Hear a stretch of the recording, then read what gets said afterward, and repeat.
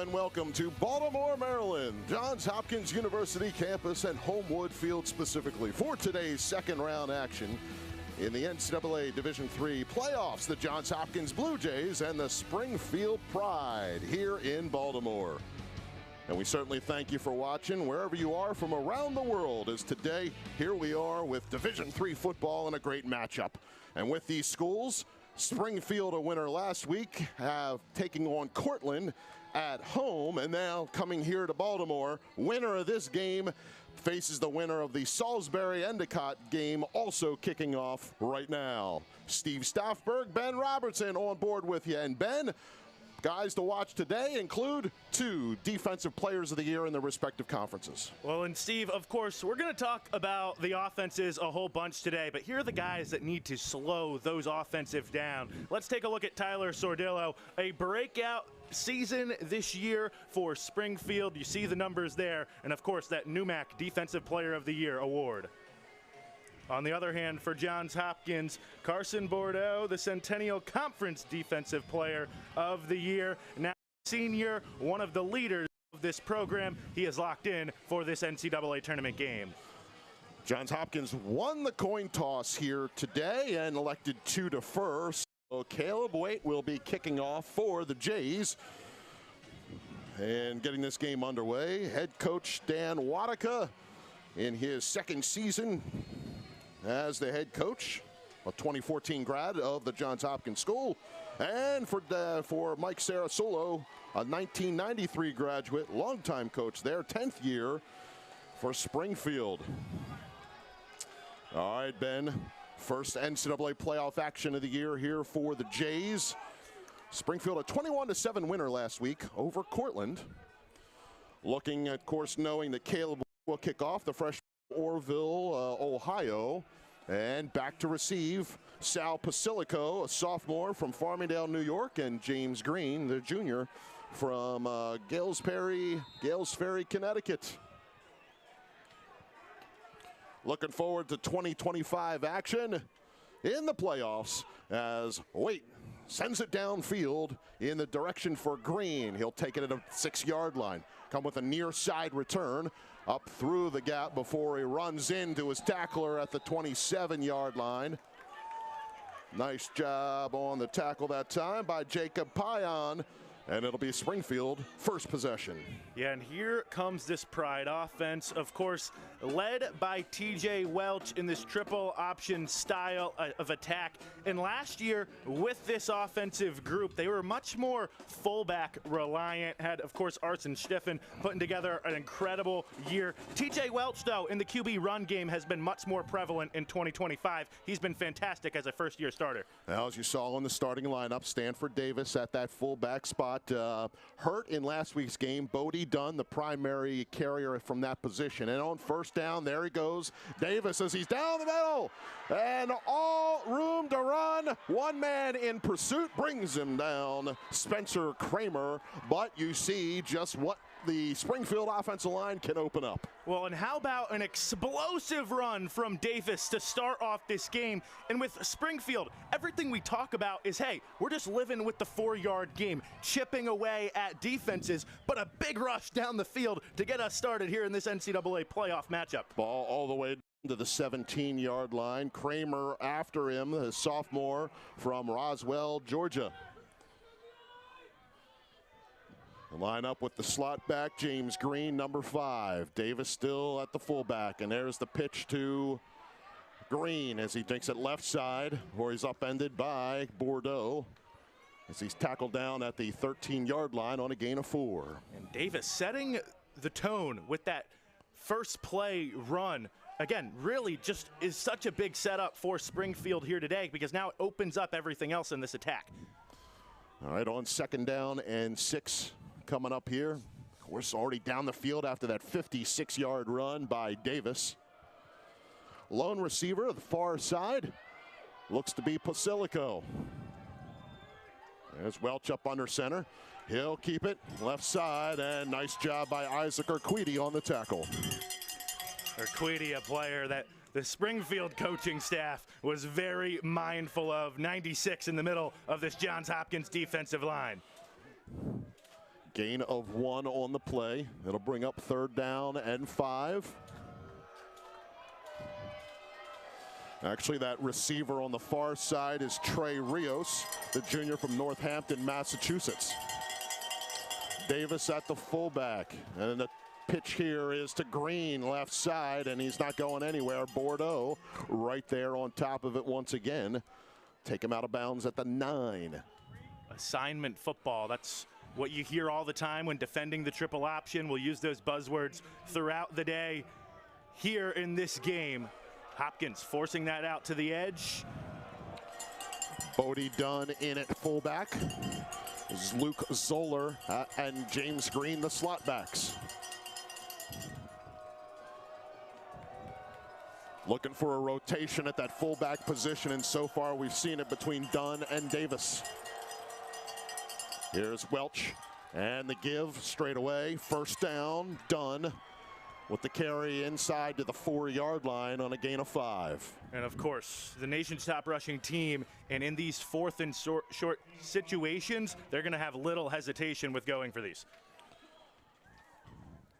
So that 3rd down conversion, and that's something that this Springfield offense knows how to get done. Over 50% on the season on the 3rd down conversion side.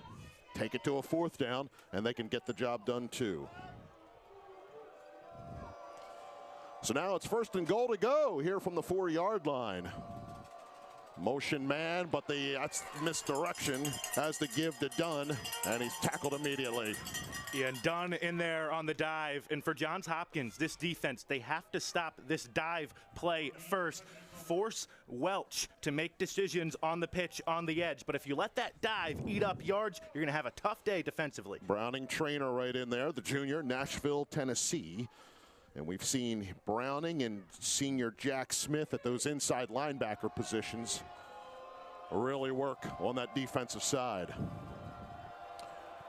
2nd and goal, still from the 4-yard line on the no gainer. Welch, he'll come back to the left side, slip pass 1 into the end zone, touchdown. And Springfield on the board with their first drive of the contest. 4-yard score, TJ Welch. And what a tone setter here on the road. And it's that man who's going to have a big day leading this Springfield offense. More than 1,000 rushing yards for the quarterback this year. And again, you mentioned misdirection a couple plays ago. A little bit there from the Pride. They punch it in. Here's Ian Wernick, the sophomore from Plymouth, Massachusetts. Extra point attempt. Kick is good. 7-0, 1 drive, 1 touchdown. Is that what we're to expect today with limited possessions here on the afternoon? Yeah, and what a massive start for Springfield, because really when you look at this game, one of the big storylines, of course, their offensive style, but it dictates the way so many of their games go. And if they can get out to an early lead, not have to play from behind, really bodes well for them moving forward. We're glad to be joining you here on this Saturday afternoon in Baltimore, Maryland. Game time temperature, I think we hit 40 degrees here today. Feeling like late November, Thanksgiving time football, right? And for these staffs, of course, they're talking about Thanksgiving practice a little bit in the build-up for this game, and they make it clear that's our goal. It's not a bad thing to, have to be out here for the Johns Hopkins team on Homewood Field on Thanksgiving morning. That's a good thing. You want to be playing this time of year. It's probably balmy for the members of the Pride football roster. Playing up in Massachusetts. We're loving it here today. Part of a really full football weekend that we've had here in the state of Maryland, but in Baltimore area, as Wernick's kick high, short, and coming up to field it is on the far side is Josh Moore here on the near.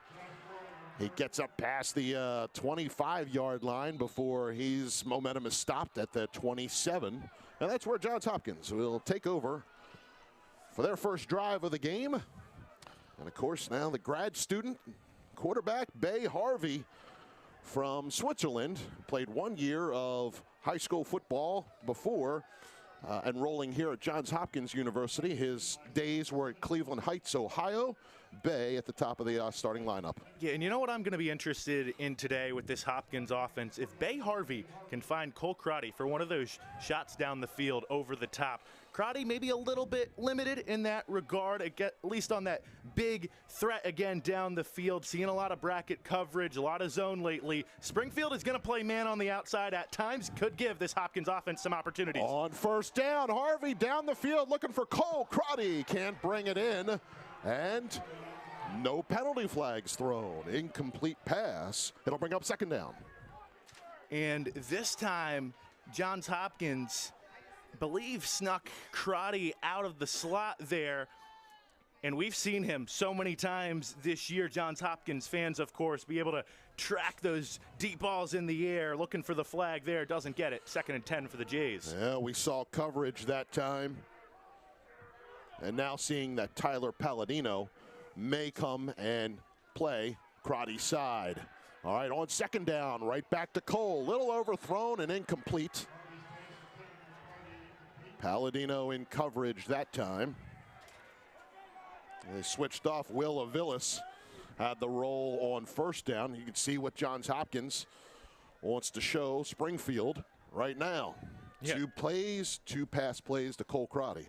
Yeah, and last week, 5 grabs, 51 yards, a touchdown, I guess a couple weeks ago, now in that final regular season game. Not a bad day, but Cole Crotty can put up some wild numbers. All right, 3rd down and 10 after the 2 incomplete passes at the 27-yard line. And Springfield lined up in that 3-4, looking to offer a little blitz from their outside backers. Aviles does come, but he's picked up. Sling the pass to Jeff Schroeder, the running back out of the backfield towards the marker. And they're going to mark him out of bounds. Short of the line to gain. Just past, they've marked the ball just past the 36. So give them 9 on the play. And it's 4th down and 1, and the offense remains on the field. This, not unexpected, Johns Hopkins Blue Jays. No, both of these teams today going to be aggressive on 4th downs. 4th and 1. Jeff Schroeder, 1,000 yards rushing on the season. Just to the side there of Harvey. Snap and the give, and there's Schroeder, left side, and a 1st down. As he's up to the 39-yard line on the gain of 3. And Hopkins looking down the field in the first couple plays of this drive for Cole Crotty, but it ends up being Jeff Schroeder who's able to move the sticks. Bay Harvey, a good job on 3rd down, just to check it off, take what's underneath, and then Schroeder just able to navigate his way forward there to pick it up. His 177th carry of the season, and now firmly above that 1,000-yard mark. 18 rushing touchdowns for Schroeder here this year. 1st down give, and it's Schroeder left side, and he's up the field to the 44-yard line.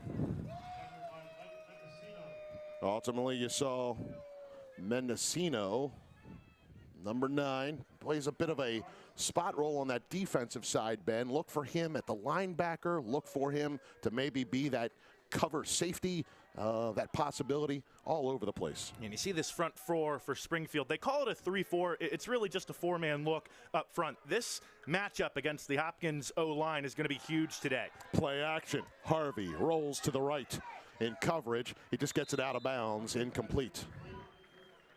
Nice job on the spy that time. Hunter Hayes in that linebacking core, a senior from Auburn, Maine, who is their leading tackler, wasn't going to let Harvey run free. Yeah, Bay Harvey back in the lineup for Johns Hopkins this year, returning for this grad season after injury, and it's just been an awesome year from him. A first-team all-conference performance in the Centennial, 2nd all-conference selection for him in his career. Schroeder's in the backfield, but the team goes 4 wide. With the 3 here to the right side includes Crotty and Robbie Enright, another California native. Play action once again. Pass complete to Crotty at midfield. Had the forward momentum for 1st down. 6-yard gain. And keep the drive alive.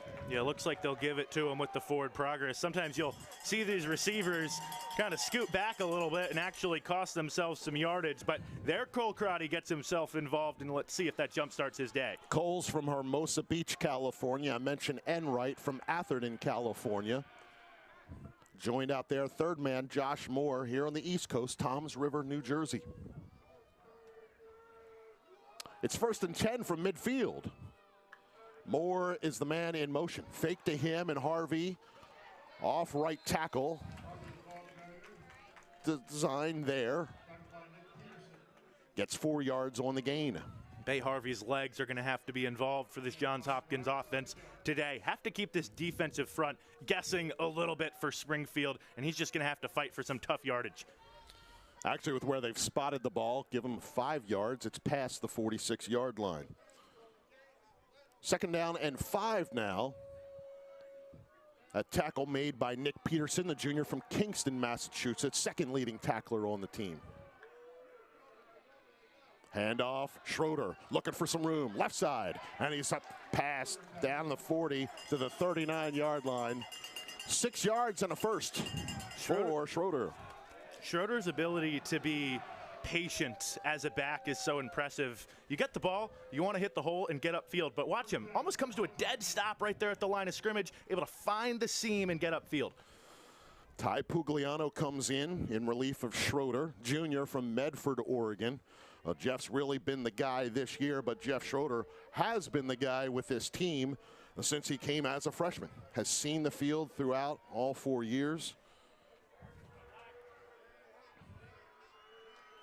But a fresh set of downs and 2 wide both sides as Harvey looking left, flushed, and he'll take the yardage, and he gets a first down to the 29-yard line on a gain of 10. Love that from Bay Harvey. And when he drops the pass and doesn't have anything down the field, he's going to have to be decisive when he takes off, because this defensive front won't give him a ton of time if he wants to hang out in that pocket all day. All right, so far, we've seen the Johns Hopkins offense come up with a pretty good balance right now. Crotty with 1 catch so far. He's the lone man flanked out here at the bottom of your screen. Pugliano still in the backfield. Got 2 tight ends, Bechtel and Linder, and it's a give to Ty, and Pugliano met and driven back. Nice job by that defense. Mendocino in there, and Tyler Sordillo was part of that group, looking to keep him from advancing any farther. Yeah, and you use that word balance. It's interesting, right? The contrasting styles you're going to see with these offenses today. Johns Hopkins, all balanced. They can, air it out. They have a couple good running backs. Bay Harvey can get things done with his legs as well. And, of course, on the other side, you have a heavy rushing attack with that triple option look from Springfield.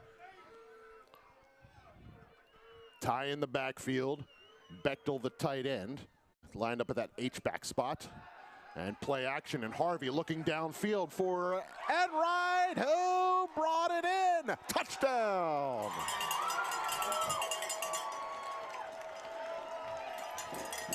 Pass and catch for the score. Johns Hopkins on the board. And make that a 4th touchdown for Robbie Enright, and now his last 3 games. And look at this effort to haul this in. One hand toe tap. Count it for the Blue Jays, and Enright's gonna have a big day, a big playoff run, it feels like, with so much attention being shifted over to Crotty on the other side. All right, Springfield calls a timeout, and I have a feeling to look at that again, maybe? Yeah, if they've got somebody who's looking at something, and maybe, that it's a possibility. Maybe just that opportunity to regroup. But nonetheless, right now on the board, it is Harvey to Enright with that touchdown pass. And again, for Johns Hopkins to be able to answer that opening drive from Springfield, maybe just as big as that opening drive was, of course, for the Pride, because with this style of offense, you can't let them build up a 14, 20-point lead, because then you're really fighting an uphill battle the rest of the way. 6 touchdown catch by Robbie Enright, and touchdown pass number 24 for Harvey. Now sending out the extra point crew. Everything must be okay from a touchdown call standpoint, here is Brad Paxton on to attempt the extra point.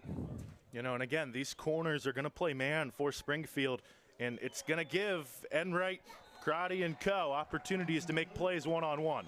Brad's kick is good, and our score, it's Johns Hopkins 7 and Springfield 7.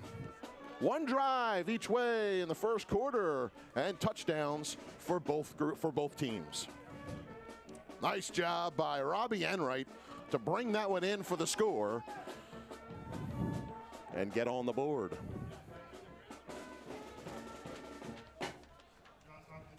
Again, Crotty talking about those Johns Hopkins receivers, and we've said Cole Crotty's name a bunch already, but with him maybe not finding that deep ball over the top, again, getting a lot of attention on him as of late, it's allowed Enright to really step up. I think him and Josh Moore, again, going to have big runs here in this NCAA tournament.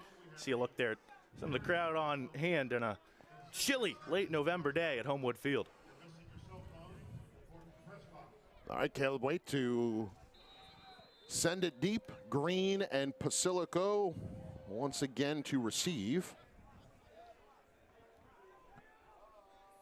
Was told that Tyler Palladino was their primary return guy for Springfield. Had 2 returns for touchdown, 1 on the kick, 1 on the punt. Here comes Green. He takes it from 3 yards deep, gets up to the 20-yard line.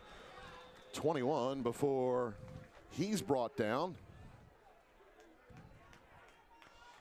And it looks like Kramer got in there, and maybe Nick Zwicker as well. All right, but yeah, you've got a guy who's returned 2 for touchdowns, 1 in either kick game. And after that punt return for touchdown, they decided the injury possibility may not be it. So they go to Pasilico and Green. Get a look at this Johns Hopkins defense here real quick. Tough start to this game, right, for the Blue Jays on defense. Now trying to slow down this rushing attack for Springfield. You saw on the graphic, 96, Isaac Urquidy. That's who Coach Sarasolo, as Ben pointed out, talked about, hey, we got to watch him as TJ Welch not going anywhere. Remember, it was play 1 that got the party started for Springfield on the opening drive. Hopkins, though, ready for this QB run, and a whole bunch of black helmets around that football. Kramer in there. And so we're seeing more of number 33 here today. And Spencer Kramer brings a little maybe bigger of a body, 6 foot 205. As Welch this time, right there, Davis. And got tackled immediately. After the loss of 1 for Welch, Davis gains 4. Well, and your point with Kramer, there's no receiver, right, split out in this offense there on that side, so there's no point of just leaving a traditional cornerback out there. Bring a little bit more size in with Kramer. Now you see the 2 receivers back out, and you get 2 corners going out the cover. All right, 3rd down and 7 now from the 24-yard line. Motion was Zoller, and there's the pitch to him, and he's got a little running room. Boy is going after him, taking him out of bounds at the 33-yard line. And that'll be a gain of 9 for a 1st down. And it's really interesting how Springfield kind of approaches things offensively. We talk about the option look all the time. They'll set stuff up a little bit with some QB keepers, some straight dives, and then they'll try to get you going with that pitch. All right, so the 1st down for Springfield. As you see up on the screen, just approaching the 3-minute mark here of this 1st quarter. Give the fullback, and that's Davis. Stanford Davis on the season, 782 yards rushing, average a little more than 5 a carry. 4 touchdowns on the year.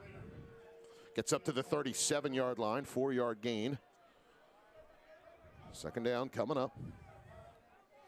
Stanford Davis, Bodie Dunn, the 2 primary guys. Now we've seen the pitch to Zoller. I don't know if we've seen a Green carry yet or not. Those guys along with the quarterback. Here's Welch. Oh, there's the pitch to Green. Green right there. A fumble strip was not successful by Trainer. They run him out of bounds at the 40-yard line. on a gain of 4 yards. Yeah, and right on cue from you there, Steve, talking about Green, they'll use Davis right and Dunn, and maybe even throw Welch in there as their battering rams, and then Green, your speed out of wide. All right, 2 4-yard gains here brings up that third down. That's actually third down and 3. So maybe a 3-yarder in there. Try to get my numbers right. I'm a math tutor after all. What are we talking about? Third down and 3. Here's Welch. The pitch. Green. First down. And maybe a little more. Another 4-yard carry. Trainer in there to make the stop. What a decision here from TJ Welch. This is when you know you kind of have this option offense mastered. You let that end crash down, and then the pitch right out the back, first down for Springfield.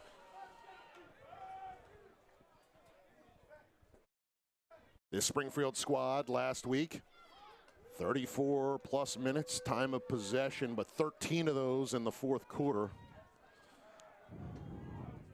They know how to limit possessions. There's the give. Davis, boy, he's got such a great first step move when he picks that step, when he picks that lane. And he gets forward for 5 yards on first down. Well, and commended Schroeder's patience on the other side for Johns Hopkins offense. For Davis, you don't want him to be patient. He needs to get upfield in a hurry, fight for those positive yards. Again, even if it's just 3 or 4 at a time for him. I know we've already seen the big gain, but really living with those positive yard carries, 3 to 4 yards, this offense is fine with. All right, Davis, the fullback. And this time the motion, we got a penalty flag, as Welch did give to Davis on the dive.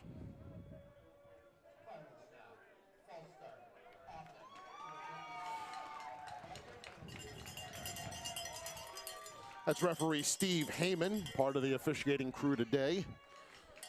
False start call. Umpire Garrett Kano, along with head line judge John Reidelbach, line judge Nick Zwerber, field judges Chris Moore, Anthony Lassiter, the side judge, and DJ Randall L., the back judge.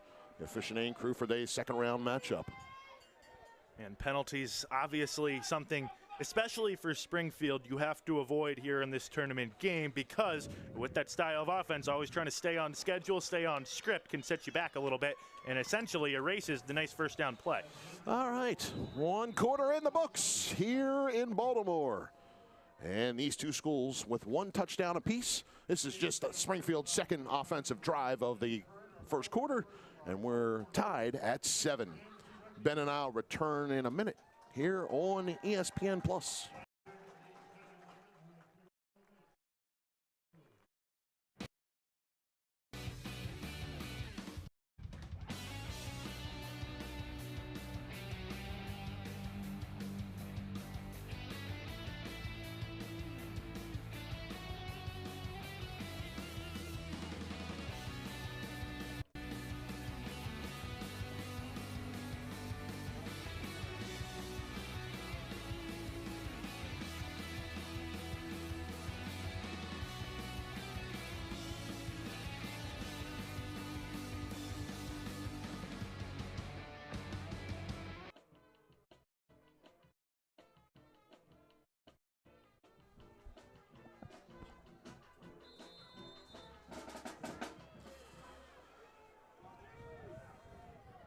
All right, Steve and Ben back with you here.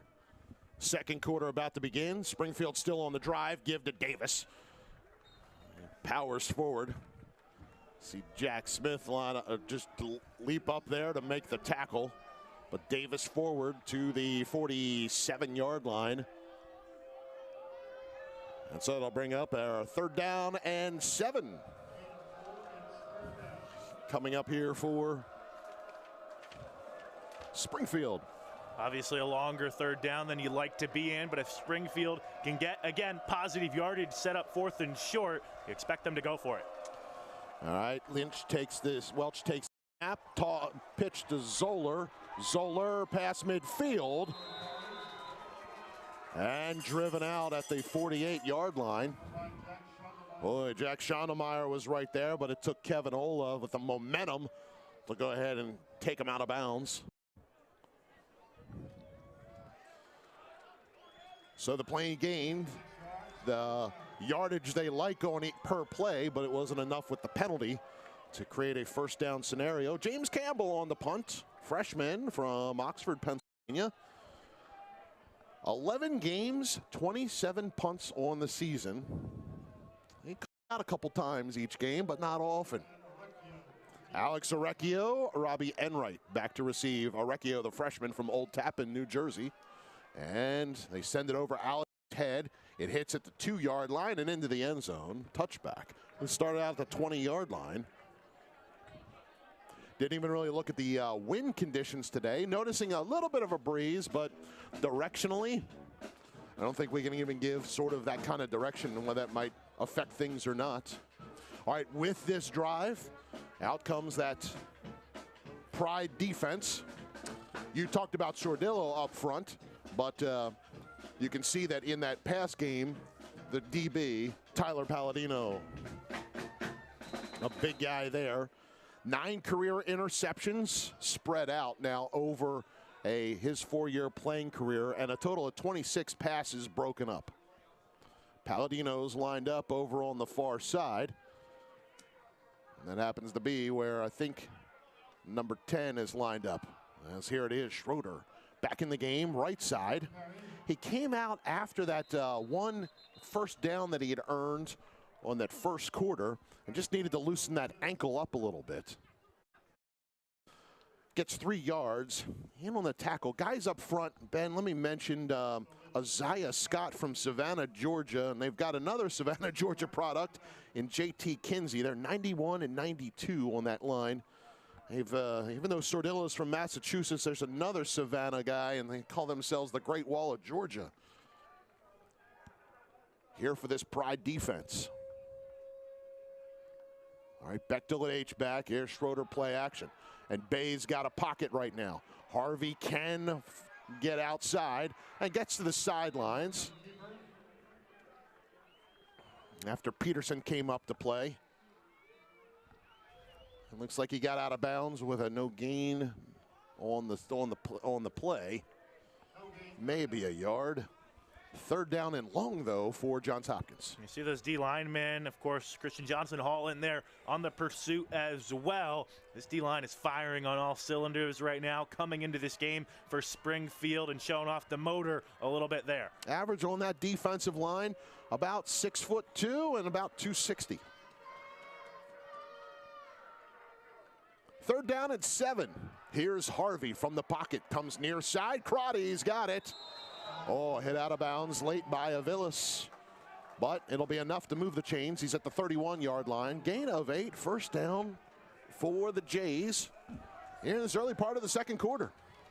This is what experience gets you on both ends of this pitch and catch. Crotty just right to that line to gain, taps the toes and moves the sticks. Of course, as we're playing our game here today, Salisbury Endicott. That's the winner of that game. We'll play the winner of this game here next weekend. Salisbury up 13-0 there late first quarter. All right, fresh set of downs, and you see 2 in the backfield. Pugliano next to Harvey. It's the give to Schroeder. Jeff looking for a little running rooms. Figured that out a little bit. Got past the 35 and to the 37. Still my best comparison. It's so dated. But, Ben, my best comparison is Le'Veon Bell, okay? I know that guy hasn't been in the league for a few years. Pittsburgh Steeler, that running back. Let me just see what opens up here before I hit it. Well, and any fans of the NFL here in Baltimore certainly remember Le'Veon Bell terrorizing them, of course, the Ravens here in Baltimore. But Schroeder, again, that patience, it's what's allowed him to nearly double his yards per game this season. All right, 2nd down and 4 now here for Johns Hopkins. And one more time here, Schroeder bounces it left end. Oh, solid guy, came back, cut it back here. First down, little more. And a late penalty flag, too. We'll see what that was about. I think Schroeder was still live on the play. But clearly side judge Anthony Lassiter saw something that caught his eye. At the end of that, Schroeder is saying, hey, I stayed up. I was looking to escape this pile. Well, after they make the call,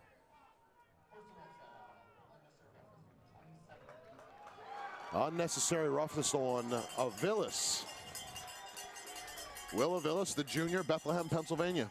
Check out the end of this one again. You know, I'm wondering if they're just saying he came in and the play was already dead. And I guess look, he's 27's off your screen, so that's something we missed. All right, yeah, definitely off screen. Okay. Well, you saw Jeff come around the corner, see Nick Gonzalez right there, number 2, and that's when he decided to cut it back right. Now Johns Hopkins into plus territory once again, now here at the 42-yard line. 1st and 10 after the penalty. Harvey, pass tipped, incomplete. Nice job that time by Kinsey, the junior. Second pass breakup of the season. Got a moment here. Let me just read some stats. We talked about Sordillo at the player of the watch. 11.5 sacks, 13.5 total tackles for loss. But Scott inside has a sack and a half and 8.5 tackles for loss. And Kinsey, a sack and a half as well with 5.5 tackles for loss. Those guys know how to get in the backfield. 2nd and 10 after the tip pass by Kinsey, incomplete. Harvey got the pocket once again, going downfield, slings it right there to Moore. Moore with a first down and ultimately taken out of bounds by Corbett Samini. Really nice layered throw here from Bay Harvey. Out to the numbers and puts it right on Josh Moore, who's really now in his sophomore year gotten to contribute a little bit more, actually gotten to be on the field a little bit more, and he's been really productive. Here he goes again. Pass to Moore, touchdown. The Jays with their 2nd score of the game. After the 27-yarder to the 15, a 15-yard score. Johns Hopkins, 2 drives, 2 passing touchdowns. Well, and guess who? And I keep saying it, but so much attention to Crotty, right? And now it's Enright and Moore. First 2 touchdowns of the game for Johns Hopkins.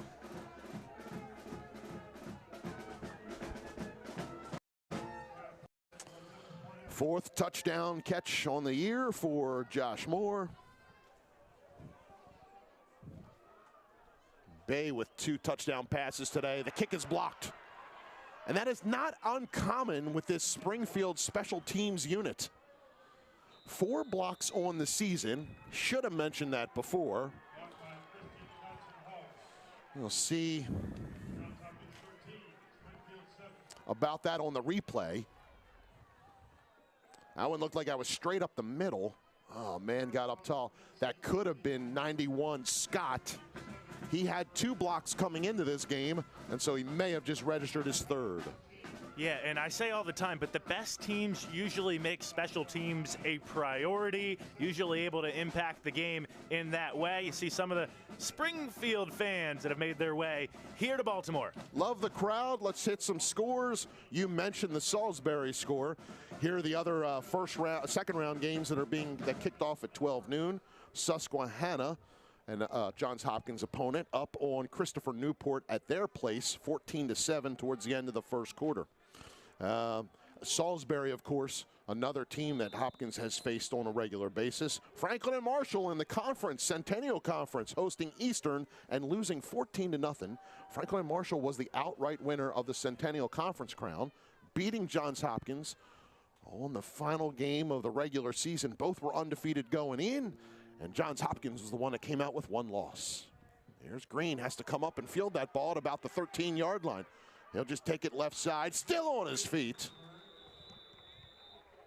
before he's brought down. There, Kramer in on that tackle again, along with Cole Stupp. And as you look at this triple option, and behind this graphic, of course, Mike Sarasolo in the Springfield huddle. He was, of course, a center back in his playing days for Springfield, and they ran the wishbone back in the late 80s, of course. Still, essentially the same triple option look, but they've moved those halfbacks in the wishbone up essentially to be slot backs, and they'll make it what you call maybe a flex bone, and they still have a similar style, but a little bit more flexibility. All right, Welch on the keeper right there. Smith comes up to fill and make the stick after a couple-yard gain. You saw on the graphic 3,700 yards rushing here this year. Hey, that's nothing to sneeze at. 5,500 yards last year as a team. They went to the third round before North Central won that third round game. 5,500 yards, a Division III rushing record. 3,700, nothing to sneeze at here. Still really impressive. Second down and 7, and the give there to Green, and he's going nowhere. Johns Hopkins, you mentioned that Salisbury team, of course. Blue Jays didn't see them this year, but looking at that game film from years past, really one of the teams that helped Johns Hopkins get ready for this opponent in Springfield in terms of the offenses. Saw Browning Trainer get that penetration once again. Play lost 3 yards. They'll put Green right there on the line. Flank out 2 guys to the right side. Here's Welch to pass. Welch looking, and his pass well short. Incomplete. A lot of pressure. Schondelmeyer was in the area covering the slot back Cam Pedro. Well, and this is where the Johns Hopkins defense wants to live. Back-to-back drives. They force Springfield into a 3rd and long, and of course, that's not where the Pride want to be, trying to throw the football down the field. And a lot of guys lined up on the line that time. And so the second punt attempt here for James Campbell. Campbell sent the first one into the end zone for a touchback. Oh, sky high snap, and then kick off the side of the foot. Will land at the 49 of Johns Hopkins. Will travel down to the 33-yard line. And so after a bad punt, still a 33-yard punt for Springfield. Johns Hopkins takes over at their own 33-yard line. 8:07 to go here in the second. You get a really friendly bounce there. You see the Johns Hopkins huddle there as they get set to head back out to the field. Of course, we talked Dan Wadika a lot now, in year 2 as head coach, very familiar with this program dating back to his playing days. He's starting to get into the time of the game where he feels like he has a good understanding of what he's trying to do. Use that first quarter as sort of a feeling out process, and now in quarter 2 feels like he has a good understanding of this situation. And here comes Johns Hopkins out, and this time it is Harvey on the keeper. Harvey past the 40-yard line. Good read by Bay, 11 yards, and gets the first down. Yeah, and you know who else starts understanding this moment a little bit better as the game wears on? That graduate quarterback, Bay Harvey. Another keeper, moves to 6. For Johns Hopkins last year, making it to the semifinals, thinking about this Springfield team that made it to the 3rd round, but for this Johns Hopkins team, it wasn't Bay at the helm through last year. Got hurt in game 3. Backup James Ranello, once he established himself with this Hopkins offense, took this team to the semifinals.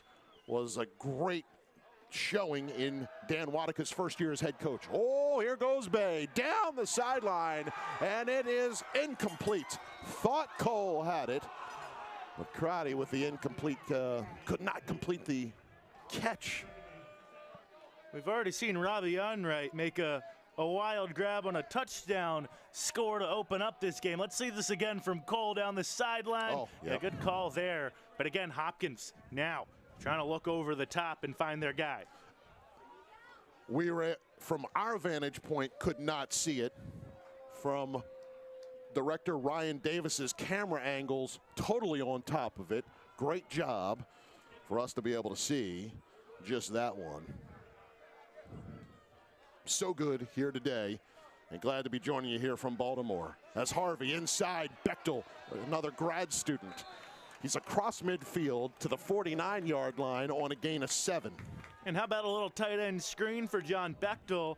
Not super involved in terms of receptions on the year, but a big factor in this offense in terms of his blocking. Makes this a 3rd and short. Grad student transfer. He spent his undergrad playing for the UConn Huskies.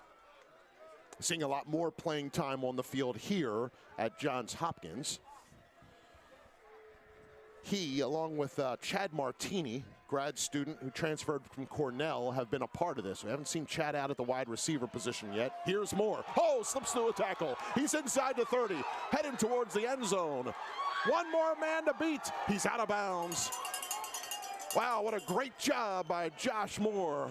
Finding his way down the field. He's inside the 10 to the 8-yard line. And this is what Josh Moore brings. You have those guys in Crotty and Enright on the outside that can win one-on-one down the field. But Josh Moore, you can just throw him a quick little pass, and he can take it upfield in a hurry. So another explosive play there for Johns Hopkins. And now inside the 10-yard line with goal to go. Schroeder motions to the side of Harvey.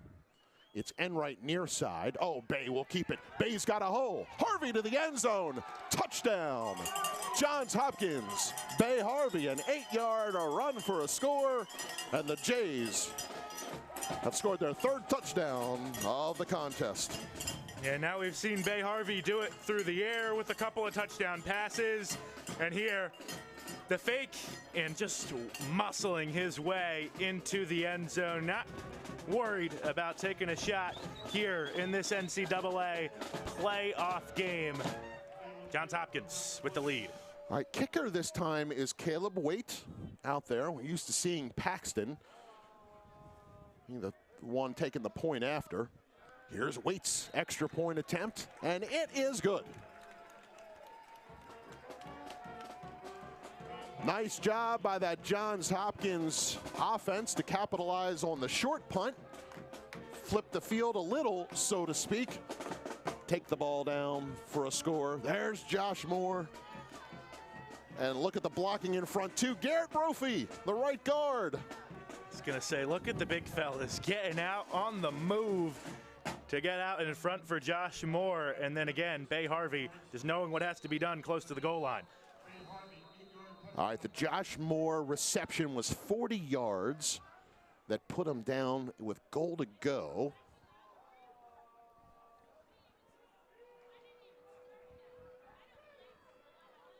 We're talking about Dan Wadika and his ability to feel out a football game a little bit in the first quarter and now feeling like he has that understanding here in the second.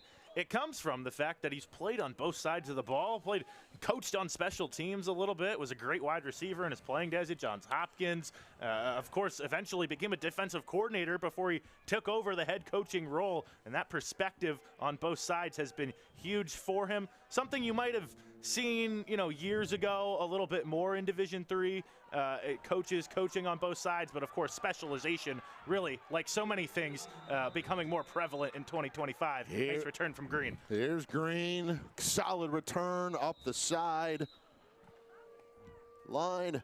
He took it from about the 8-yard line and taken out of bounds. He should be past that 40-yard line. Maybe they haven't spotted the ball yet, but a good 35-yard plus return for Springfield, and Green up that sideline. Oh, and it was Kramer who came in to take him out of bounds. For the Jays so far, a 12-play 73-yard drive, an 8-play 80-yard drive, and this last one, 5 plays, 67 yards. There are 3 touchdown scores so far in this game. For Springfield, 2.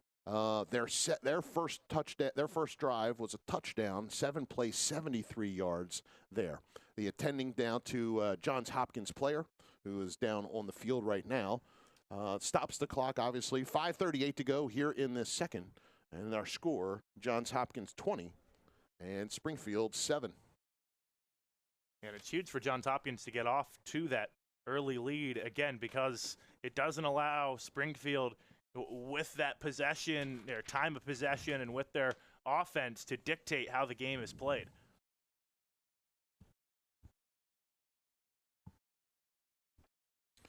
Team right now taking a look at we believe, Zach Stone, number 12, who's down on the field at this point. Our score is 20-7.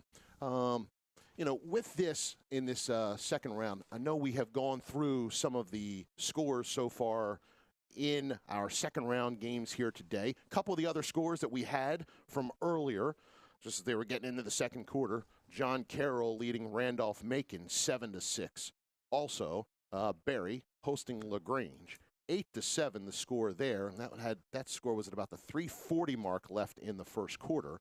Muhlenberg, another Centennial Conference opponent for Johns Hopkins, at Mount Union today, and that second quarter score, the Purple Raiders 7 and the Mules 0. So as you heard in the scoreboard here through the last series and then now, 3 teams made it out of the Centennial Conference and into the NCAA tournament here with Johns Hopkins, with Franklin and Marshall, who trail 14-0 to Eastern, and then Muhlenberg trailing 7-0 right now at Mount Union.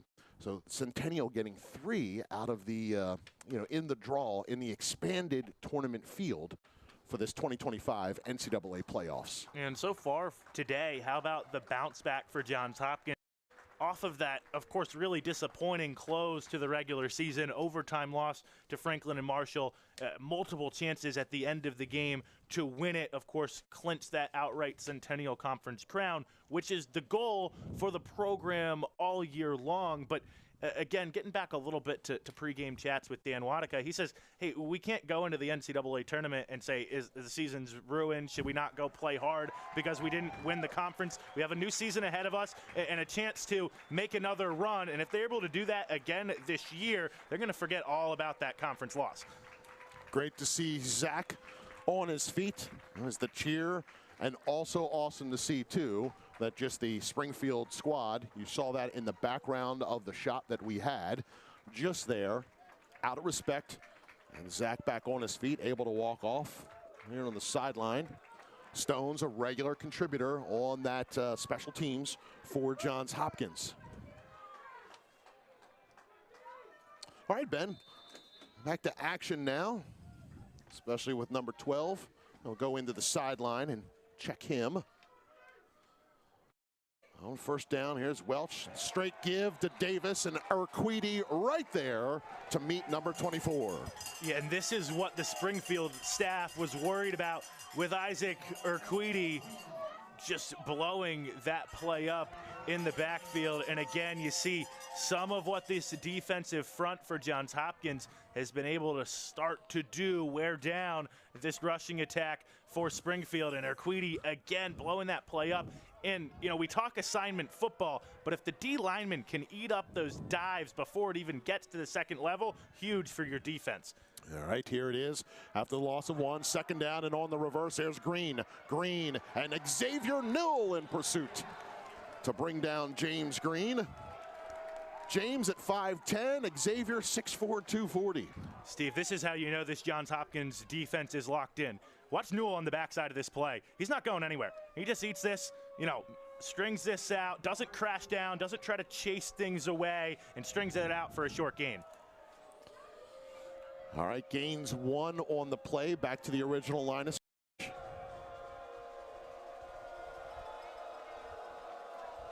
Third down and 10. Here for the Pride, and Welch. No pass attempt as Jack Smith right there to bring him down after a gain of 1. Watch that pocket close quickly. Got up the field as soon as he could. Nice job by Smith, slipping the block from the center there, Brian Dan. And again, in a 3rd and long situation, not where the Pride want to be, and Johns Hopkins takes advantage. We're glad you're watching us here on ESPN Plus, and from wherever you are around the world. Welcome to Baltimore, Maryland. Our score here, 20-7.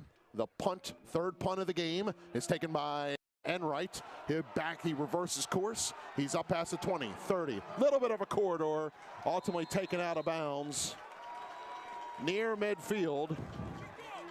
And we'll see where they ultimately spot that ball. But Robbie Enright on the huge return here in the second quarter. And what an impact Robbie Enright has been able to make on this game already. Again, special teams showing up for both sides. Enright with a sweet move, and he says, see you later.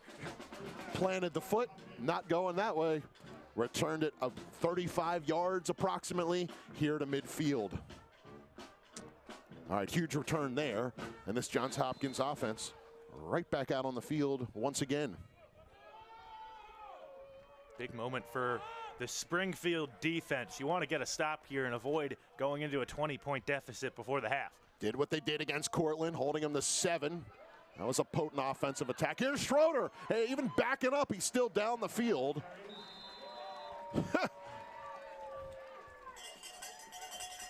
And it gets towards the marker.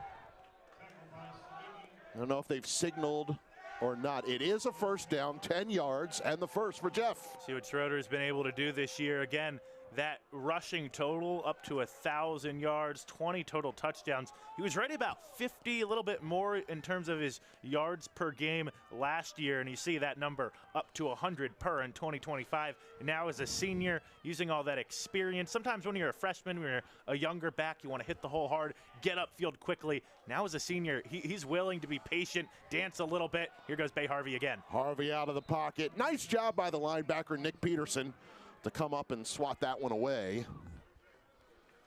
Bring up second down. All right, after that Schroeder carry, they have him at 7 carries, 39 yards. So I'm going to try to redeem my math tutor self here. I'm going to try to redeem myself, and now that would make 1,039 yards rushing on the season. Well, it's not too hard to do. Your math is better than mine, don't worry.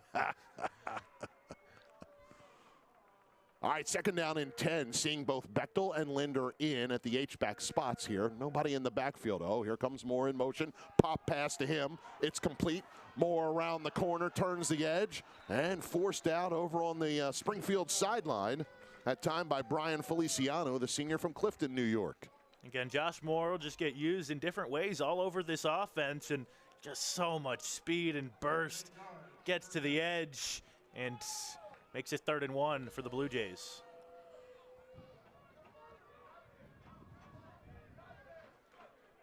Here are the Jays looking to keep the drive alive. Oh, same formation once again. Crotty is the lone receiver on the boundary. And here on the near side is Enright and Moore. As Ben pointed out, 3rd down and short. Oh, they take it to the 2-minute timeout. That gives us a chance here during this 2-minute timeout just to catch up on some things, including a few scores. Yeah, quick look at that Salisbury-Endicott game. We'll keep giving you updates there throughout the day. 13-7 game now in the second quarter. Endicott on the board there.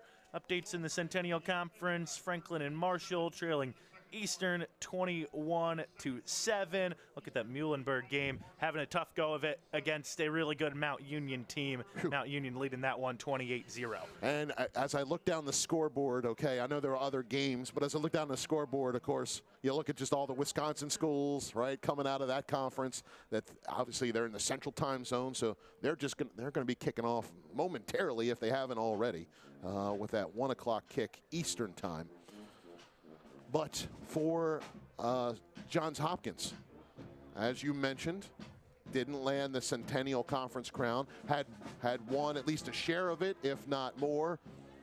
What was that, 15 years running. Franklin and Marshall did a great job. Their quarterback, Ty Tremba, and the plays that he made in the Johns Hopkins game to keep them advancing down the field. And ultimately for, I know I'm recounting something for Hopkins fans you don't want to hear, but took it to overtime. Hopkins scored a touchdown, kicked the extra point. Franklin and Marshall, this is in Lancaster, scores a touchdown themselves and goes for 2 and converted to win the Centennial Conference. It was a great move on the part of their roster. 3rd down and 2, and this time Harvey will follow behind Schroeder. Gets the first down. Oh, maybe I called that a little too soon. He's right near the 30. Let's see. The referee Heyman, no, yeah, called it too soon. Give him just 1 officially, even though that ball is ready to kiss that the line to gain. Check this out one more time. Yeah, right there on the edge, and just maybe in the right arm, smartly protecting it, but probably doesn't get him. Again, that line to gain, but a difficult team to stop still in a 4th and short situation is Johns Hopkins. Nice job by Hayes to force him out. 4th and 1, and there's the give, and Schroeder's up the left guard there and gets the officially 4 yards and a first down. And that time Schroeder knowing not really a lot of room to work with in terms of making cuts behind the line of scrimmage. I just need to barrel my way into that line and move the chains forward. See this give, and even still finding some seams and able to navigate for some extra yardage. Steve Stoffberg, Ben Robertson on the call here today. For all of our Springfield fans watching us here, we're hoping that we do the commentary justice like you're used to hearing Dante Iafredi and his group announce the games. That was Crotty taken out of bounds by Peterson. Looked like Feliciano in coverage there. Cole on a short one, 7 yards, but it's 2nd and short. See this replay again. Springfield, by the way, a great college to go to if you want to get into our business. A lot of sport-oriented fields in their major programs. Battling here in this NCAA tournament on the football field. All right, 2nd down and 3 with the ball at the 20. You see the just the 5-man offensive line spread wide. Here's Martini, the grad student. He is the lone receiver on the boundary. Pugliano in the backfield. Harvey with the pitch to Ty. Oh, penalty flag thrown as Ty pushes towards the end zone, and it would be a touchdown. Ty Pugliano. There's just yellow on the field. I think they might be getting Hopkins with a hold or a block on the back out in that near that sideline. Yeah, on the right tackle, Pearson. So bring that one back.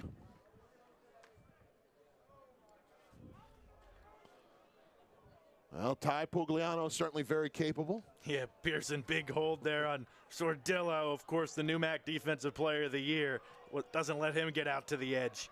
Nice job by Ty on the rollback to not drive himself out of bounds, and then the push to the goal line.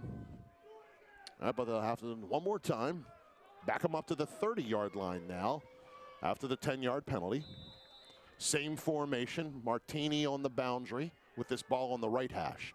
Near side, the trips, Crotty, Moore, and here on the outside, the flanker is Enright. Pugliano to the side of Harvey.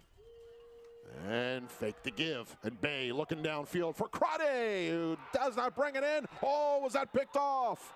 What a play. Nice job, Nick Gonzalez. The junior for Parsippany, New Jersey, brings it in. Springfield keeps Hopkins out of the end zone. And just when you needed it, if you're a Springfield fan, looks like he holds on to that. And Gonzalez coming up with a huge defensive play to feel like quiet a little bit of momentum that was rolling in favor of Johns Hopkins. 3rd pickoff of the season for Gonzalez. He also had 2 block kicks on the season. That's when they blocked the extra point. I was looking to see who that was, where it was. Obviously, Nick comes from off the edge. Here, he comes from deep and picks off. So they'll take possession. Springfield has the ball on their own 4-yard line. It's 1:05 left here in the 2nd quarter. Bodie Dunn is the fullback right now. Welch, the keeper, and Welch straight into the pile. And Xavier Newell immediately there to collapse down on Welch.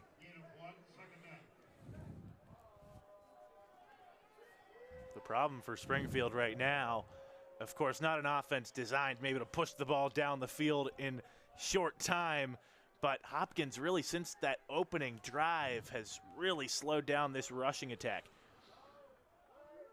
Now once again, lining up in a tight bunch. Here's Dunn, and Dunn off right guard will get a yard. Keep the clock running. It's a game. And that could very well be the last play of the quarter. It's a game for the Blue Jays defensively that you know you gotta, you have to have your chin strap buckled up tight. You just have to bring your lunch pail. You're going to be playing physically around the line of scrimmage all game long. And so far in this second quarter, the Blue Jays defense starting to slow down this rushing attack, starting to turn the tide in their direction.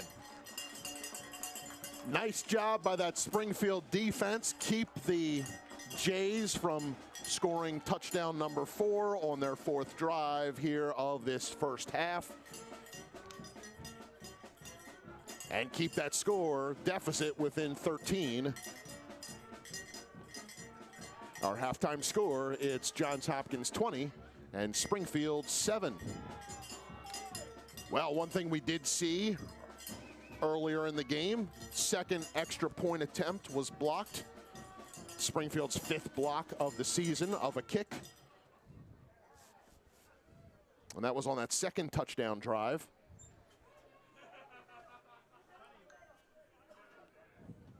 Which kept the score at 13-7 before ultimately our halftime score now 20-7 here in this second round of the NCAA tournament. This matchup between Johns Hopkins and Springfield. Winner of this game will face the winner of the Salisbury-Endicott game. We've got Coach Sarasolo down on the field right now. Coach, hey, first half, you guys put the first score on the board with that 7-0 lead. And from there, throughout that first half of play, nice defensive play right there at the end of the second half. What are you seeing from your guys here? Yeah, the kids are battling, obviously, and that was a great stop right there to stop that possession right there. We need to do a better job with our offense as far as sustaining drives and play a little bit execution-wise up front a little bit better, and we'll get that all worked out in the second half and hopefully a great second half. Hey, Coach, Hopkins defensive front obviously starting to figure things out a little bit there in the second quarter. Do you mix things up or just keep playing your game here in the second half? Yeah, keep doing what we do. We've been doing it all year, and we just got to do it a little bit better hopefully in the second half.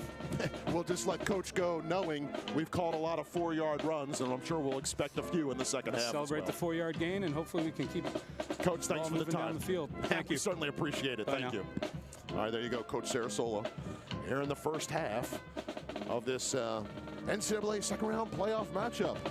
As you pointed out, Ben, seeing just a little bit of an evolution through that first half, and maybe that Johns Hopkins defense starting to see things a little clearer. Well, 96 rushing yards in the first quarter, 4 first downs for Springfield, no first downs picked up, just 12 yards on the ground in quarter 2. That's the difference. That's the story. It's what they live with. Again, the program built on the 4-yard gain, have to get that going. All right, our halftime score, Johns Hopkins 20 and Springfield 7.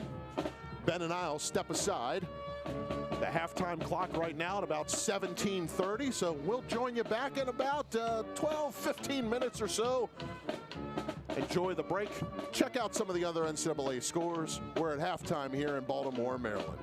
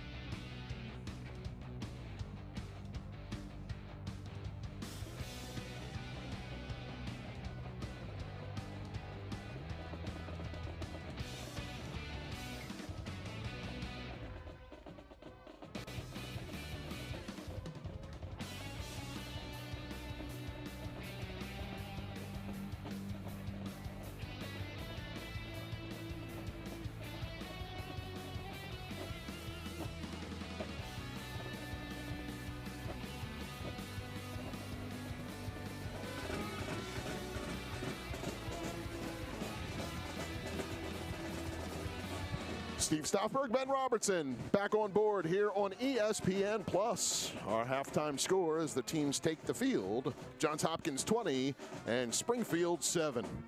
A lot of action here in the first half of this second round of the NCAA playoffs. Both teams into it too. As Springfield took the kickoff after Hopkins deferred the coin toss and got into it with that first drive touchdown. And then along the same lines, then it was the Jays who answered back and then answered a couple times more. Yeah, right out of the gate. It was less than 4 minutes in. Stanford Davis on that big first play rush, and then TJ Welts punched it in from 4 yards away to put Springfield in the lead. But then the Blue Jays able to bounce back, and now 20 unanswered points carrying them into this halftime lead. Again, you look at those rushing totals for Johns Hopkins. It's the stat totals really from the game for Johns Hopkins, showing off the balance once again so far here today. You got a couple of pass touchdowns from Bay Harvey, and then to get to 20-7, he did it with his legs a little bit. And for Springfield, of course, the best rushing team in the land, have to get that going again here in the second half. I mentioned it going into the halftime break, but 96 first quarter rush yards, part of that total, only 12 there in quarter number 2.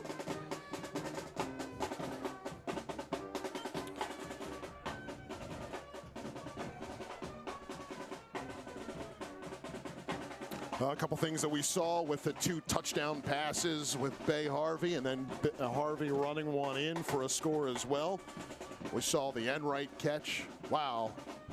And then how about the Moore screen pass in? So the team has done it different ways on that in that first half and putting the ball into the end zone. It was good to talk to Coach Sarah Solo. Going into the locker room at the first half, I'm sure for Coach Wadika, keep his guys going. This is, after all, the first game of the NCAA playoffs for Johns Hopkins. And how about Josh Moore? Just at halftime, already his 3rd highest receiving yardage total on the year. 4 grabs, 90 yards, and a touchdown. He's been all over the field in this Hopkins offense, and it's paid off for him. Glad you made mention of that. Harvey, 10 of 17 passing for 155 yards amongst those 2 touchdown passes. Crotty at 3 receptions, 21 yards. Schroeder on the ground, 8 carries, 43 yards. But Bay's got 35 rushing of his own on 6 attempts. All right, the kickoff. There's Ian Wernick out on the field and taken by Moore at the goal line. Josh will bring it up to the 20-yard line, 25, bounces off a guy, penalty flags thrown before he's brought down inside the 30-yard line. Makai Gibson on the tackle there. But Steve Heyman put to work on the mic, coming out of the locker room here.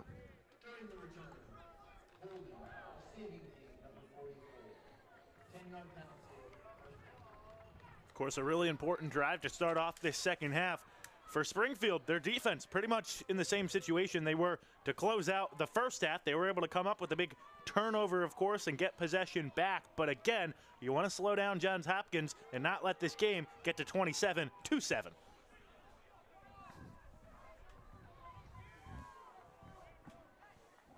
On that Springfield defensive side, Peterson with 7 tackles, including 6 solos, and Hayes, the other inside backer, had 4 stops. All solo. All right, from a little deeper in their territory after the penalty here, Schroeder, and he's wrapped up right away. Got a couple yards. Nice job in the pile there. He gets stopped at the 15-yard line after the gain of 3. And if they can slow down Schroeder and even Harvey when he pulls it on 1st and 2nd down, that will be huge to put Johns Hopkins in some 3rd and long situations, trying to do it again here on 2nd and 7. And that's the deepest that Johns Hopkins has started on their own territory here. First drive of the second half, after electing to receive in the second half as opposed to the opening kickoff. Empty backfield here for Harvey. Bayes looking left right away, slings it sideline, Enright caught. And tries to get upfield and ultimately driven out of bounds by Tyler Palladino.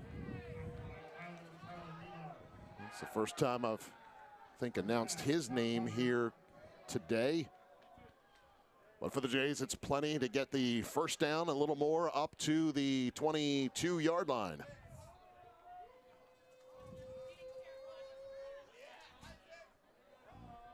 You know, one thing that comes to mind for me here, the Springfield squad lost their defensive captain, Tyler Pullman, in Game 8 of the season. As here's the give. Now and going nowhere is Moore. Didn't try to complete the sweep. Instead, came back here near side.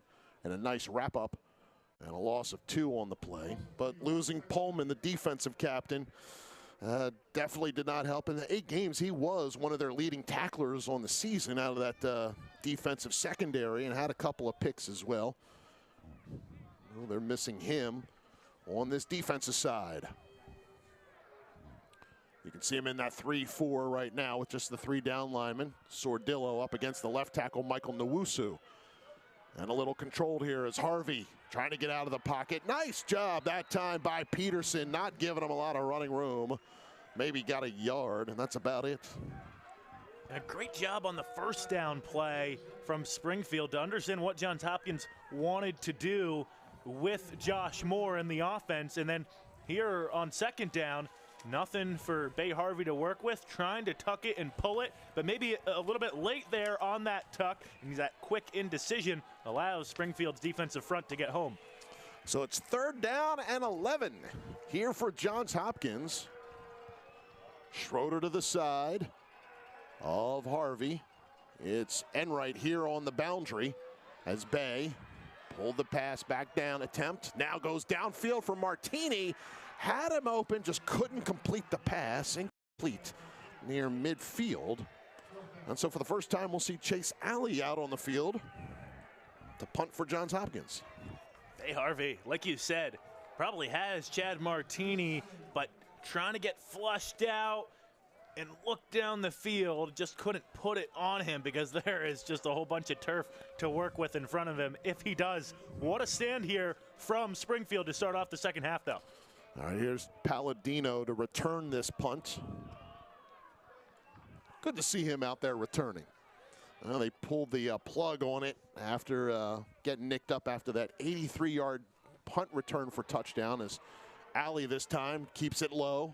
Little worm burner across midfield and ultimately downed at the 35-yard line. Hey, it doesn't matter how it got there. 44-yard punt for Chase Alley. And I guess he and Coach Waddick are talking about that a little bit.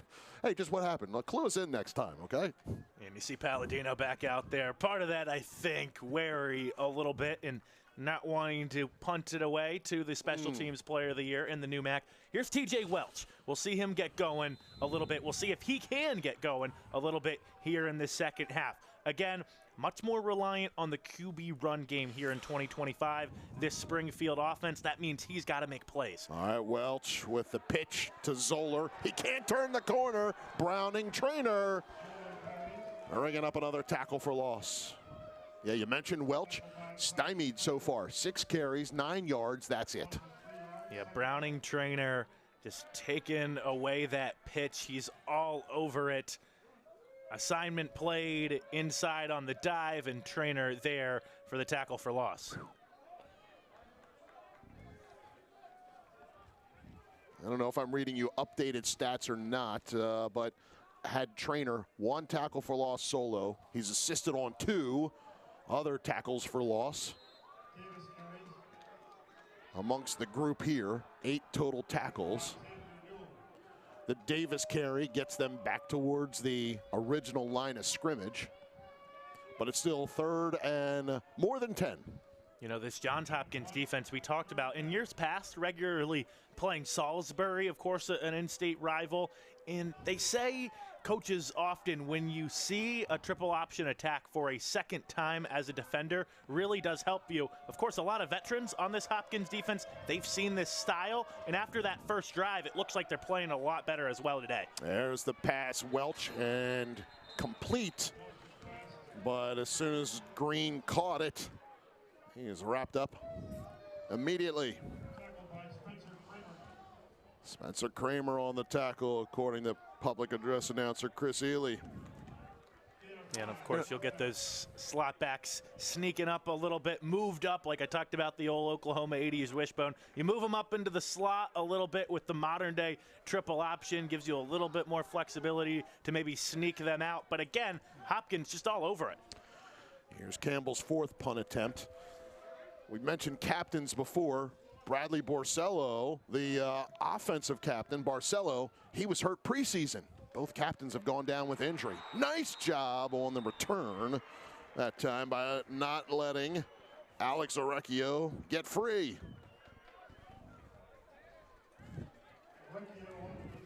Nice job on the tackle that time by Will Aviles. Tackles him at the 20-yard line.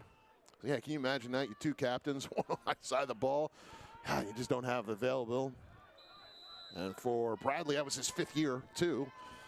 And so, and he brought his 5th year eligibility issue there.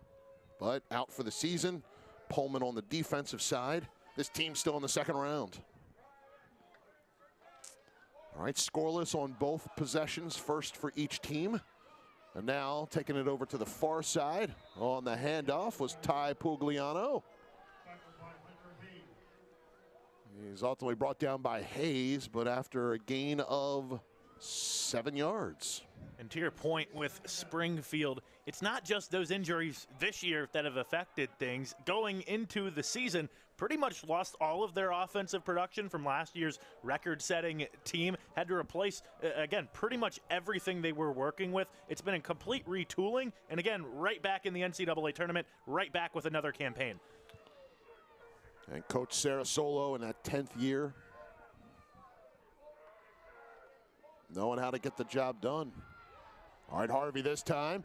They don't offer it up to Moore on the sweep. Instead, Bay's keeper, 5 yards to the 32-yard line. First down for Johns Hopkins. And Steve, again, to your point, Springfield on defense has to be ready for Josh Moore there with that jet sweep. He's already been able to burn them today in multiple ways. Hasn't been with the rush, but have to always be aware of him. Take some attention away. Bay Harvey up the middle for a first down. It's Johns Hopkins using the clock here as they continue the drive. Now up to the 32. And on the give to Schroeder, right side. He gets up to the 37-yard line. Watching those guys. JT Kinsey a little slow to get up. But amongst the tacklers there, Christian Johnson Hall. You mentioned him. Ben, you did earlier. He's another one of those Savannah, Georgia guys who came into this game with 7 tackles for loss, including 1.5 in the sack category. A little southern flavor on that D-line, obviously. Obviously, big Northeast contingent of this roster. Johns Hopkins' answer is Brophy at right guard. He's from Grayson, Georgia. All right, after the 5-yard run, 2nd down and 5. You can see the Jays go tight with the 2 tight ends. There's Schroeder off right tackle. We'll gain a couple. And bring up 3rd down and short. Jeff Schroeder from Rumson, New Jersey. Established the land, the area, bought from the Lenape Native Americans back in 1665. I mean, talk about American history right there. Unsure about the name itself, but apparently a native name. Navarumsuk ultimately became possibly Rumson at Rumson Fairhaven School puts out a lot of guys into the world of athletics. Cole Crotty on the pop pass completion. He's able to turn the corner slightly, gets to the 41, but it's a fourth down decision here for Johns Hopkins. And here comes Alley for his second punt attempt of the game. Nice job by that Springfield defense. Shutting it down. Palladino will go back to his own 20-yard line. Dan Wadika showing some trust in what his defense has been able to do. Of course, forwarder wide receiver and then defensive coordinator here at Johns Hopkins. That defense has played better and better as this game has worn on. Counting on them to make another stand for Springfield. You got to start to generate something here offensively. All right, Chase sends it down to the 20-yard line on a 39-yard punt. Well, Ben, between these two schools, they've certainly produced a lot of familiar names amongst their staff and alumni, and that's something that we'll look to feature here. Oh, perfect for Springfield. I mean, you got the inventor of basketball. How about William Morgan, the inventor of volleyball? But is that who carries name recognition these days? Yeah, Mike Sarasolo, great center in his time as a player. There's another one on that list. His name is John Cena. Did I nail that right? That's so funny. Apparently, though, you hear about Morgan and Naismith with this Springfield alumni staff, but that's the guy that fires up recruits the most. Love it. You're connected to two people that have invented sports here. I mean, amazing. Oh, and John Cena, yes. Can you tell which side I fall on when it comes to that? All right, first down carry. And that was done on the gain of 4. And it brings up second down and 6. Positive yardage there, though, on first down, and this is what you need to do. Keep things on schedule. Keep things on script. When you're setting up third and longs with this offense, life is just going to be difficult. All right, Welch under center. It's got Dunn as the fullback. And Welch with the pitch. Oh, to Green. Got upended. Oh, my, as Kevin Ola was crashing down. His receiver following behind him. What a collision.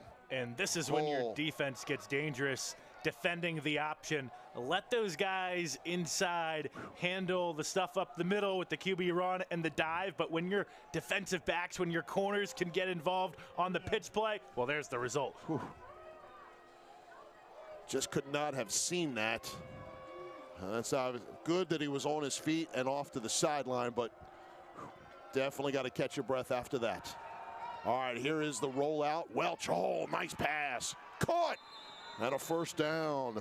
Sal Pasilico from Farmingdale, New York, the sophomore with the reception.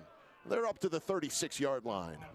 And for Welch, obviously not what he does most often here this year, run-heavy attack, but he's going to have to make some of those throws you just saw throughout this second half, throughout the backstretch of this game, if Springfield wants to fight back. 14-yard pass completion up to the 36. Here's Welch. Side to keep. Newell and Urquidi right there for Johns Hopkins. Johns Hopkins has just been so good around the line of scrimmage. Those kind of bootleg passes seem like they just need to keep the defense of the Blue Jays off balance a little bit, and you see the Jays as well. With every tackle close to the line, feels like they're getting a little bit more fired up. Gain of 1. Second down and 9. This time motion is Pedro, and there's the pitch to him, and he's brought down behind the line of scrimmage. Browning Trainer, he is on the hunt today. Yeah, and we're seeing him just play those pitches absolutely perfectly, making sure things are taken care of again on the dive. And then when he sees that's handled, just making a play out wide.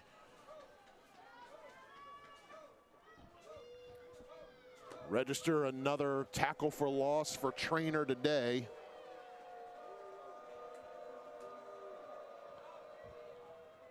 And now on third down, Welch barely got the pitch out to Pedro, and once again, he may have gotten back to the line of scrimmage. Was that Trainer one more time? Well, and you're seeing this Blue Jay defense, again, just understanding what this option look is trying to do against them. Become more familiar with it as this game has worn on. And again, some of these veterans have seen this style before. That's helping them out a lot today. After the punt, it would be good to look at a couple of those plays once again to see that defense. So here's Campbell once again, the punt. This one's going to land short. Get out of the, whoa, get out of the way. I just saw a defender get a little too close for comfort. As Recchio was not going to feel that one. Ball out at the 32-yard line. That's where Johns Hopkins will take over here. Last minute or so of this third quarter. This is where things start to feel a little bit tough for that Springfield defense. You've made a couple of stands against this great Hopkins attack, but you're not getting help on the other side of the ball.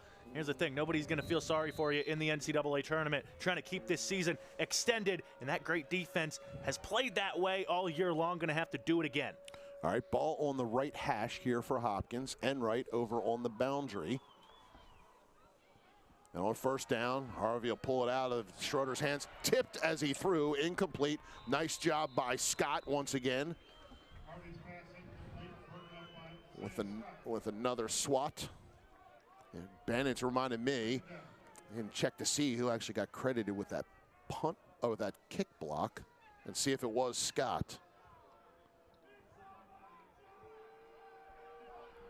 Seeing in the second half, though, in this third quarter at the very least, again, Springfield having more success on first down, forcing Johns Hopkins into second and third and long situations. That's helping him out this Pride defense. Or maybe I'm not allowed to look that one up. All right, on second down and 10 after the incomplete pass. Oh, Harvey pressured Sordillo, almost got him. He slings it sidelines, and right just can't bring it in. Oh boy, all of a sudden I saw 99 around the edge with pressure. Bay not feeling it and still almost completing that pass. And again, here the Blue Jays are in third and 10 trying to convert.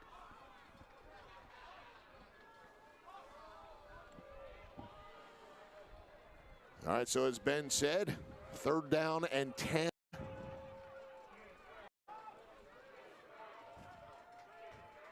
Jays will motion Schroeder back into the backfield. Martini and Crotty, right side. Harvey, pressured, gets out of the pocket, bruises the shoulder. First down, Johns Hopkins. He went straight at safety Nick Gonzalez, bounced off him, finally brought down at the 47-yard line. He's off your screen right now, but there's a huge smile on Dan Wadika's face as he walks up the sideline. Hopkins moving the chains forward. Sometimes there's nothing there, but you have that guy on your team.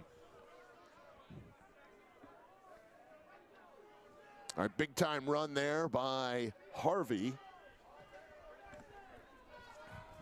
Up to the 47. And a first. Schroeder behind Harvey from the gun. And it's Jeff right side. He's into he's into Springfield territory to the 48-yard line on a gain of 5. That's such a back-breaking pickup for this Springfield defense. Again, trying to find something a little bit extra, come up with another stand here in the second half. You have, again, the Jays what they wanted, third and long, but the extra man, Bay Harvey, makes something happen and picks things up. And that'll be the last play of the third quarter. All right, we go scoreless in the third period here, but it is still 15 minutes of play, and both teams still fully into this one. 20-7 our score through 3. Ben and I'll step aside. Come back in a minute here on ESPN+.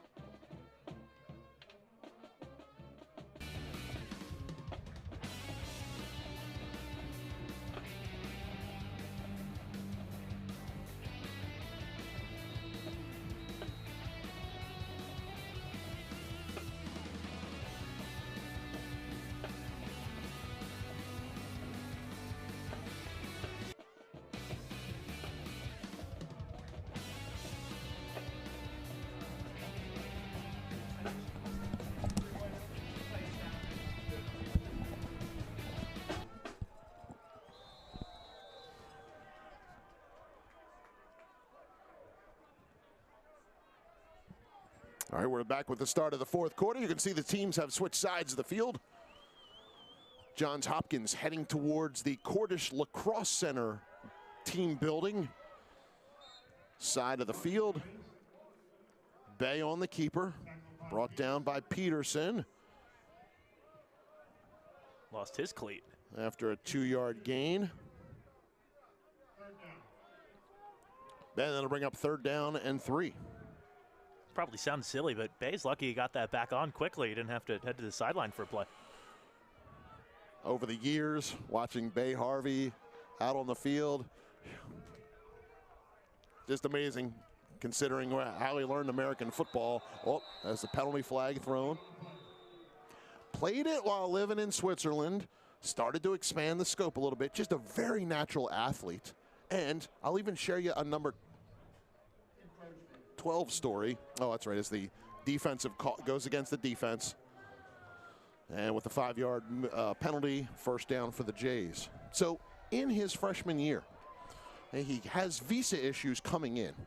Gets in, and I can't remember if it's a couple days before fall practice starts or if it's a few days into fall practice, and then lands as the 2nd man on the quarterback depth chart. During the season, as we'll take 1st and 10 play call, during that season, suddenly I know he's wearing number 18, but there's a number 12 kicking off. It's about game 5 or 6. And I'm calling Zach Stone. Stone's kicking off. No, it's Bay Harvey. Guess who? All right, Bay pass caught by Crotty at the 33-yard line.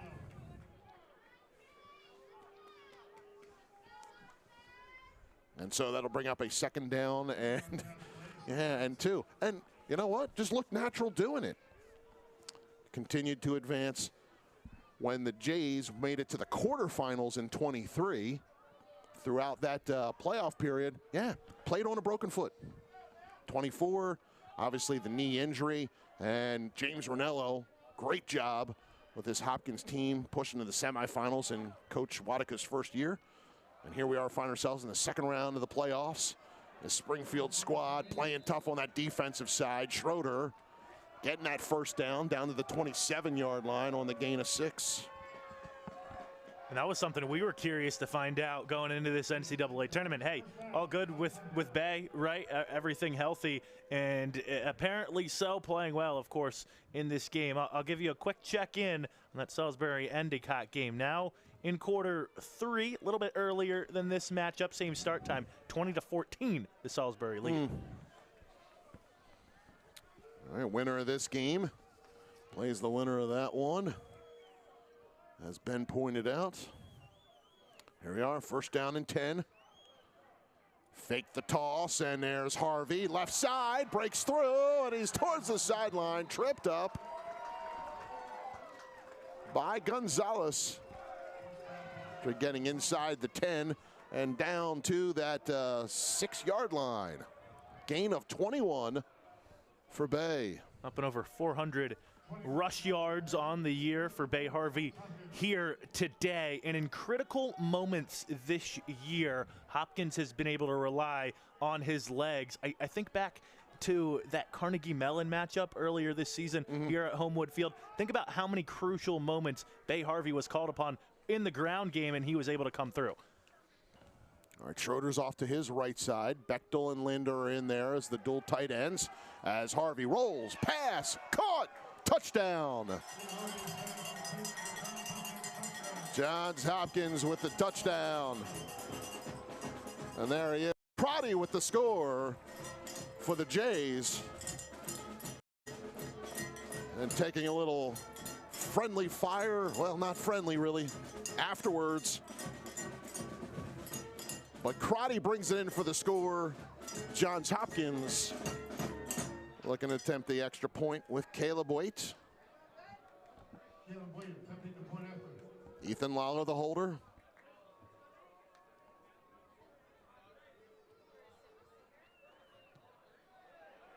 And that extra point attempt is good. So Johns Hopkins, the first points on the board in this second half between both teams. It goes on the Johns Hopkins side of the ledger, 27-7 here in Baltimore. Johns Hopkins hasn't been able to get the shot down the field to Cole Crotty today, but his sixth reception, it's all been underneath stuff close to the line of scrimmage, and there comes through for another pivotal touchdown for the Blue Jays, now to stretch that advantage to 20 points on the day. All right, 3 touchdown passes today for Bay. Crotty with the 6-yard touchdown. That's his 12th touchdown reception on the season. He continues to climb the charts all time, does Cole, and he's a junior right now. And, you know, I talk all day about the attention he's getting from all these teams on defense, how it's maybe limiting his, overall numbers, but see what it does to the rest of the Hopkins offense. Again, things just so open for Josh Moore, Robbie Enright, and co. There's Green back out on the field. Goes for a middle return, and he's brought down the 15-yard line. Cole Stupp. And on the tackle, great to see Green back out there after getting the wind knocked out of him on that offensive series last time out. And last thing about the Blue Jays offense, I know we're going to flip side to the ball here, but also averaging 5.6 rush yards per carry. And again, that ability to beat you down the field makes it so teams can't stack the box against them and opens things up for Schroeder, Harvey, and co. All right, Pride with the ball on their own 15-yard line. At least through 3 quarters, Springfield just 3 of 9 on third down conversions. It's been a key. The defense getting the team off the field. And through 3 quarters, that time of possession was about even, split amongst these two. All right, 5-yard gain on first down there by Davis. Get it to the 20. Second down and 5 on the way. Green and Pedro, the slot backs. There's Dunn, the fullback, gives straight to him, right to Carter Hogue. Wasn't going anywhere. Gain of 1 for Dunn. And Carter Hogue from Dallas, Texas. And since that first quarter, you've seen a lot of this. Less than 2 yards per play in the second and third quarters alone for Springfield after being at 7.3 in that opening quarter with almost 100 rushing yards.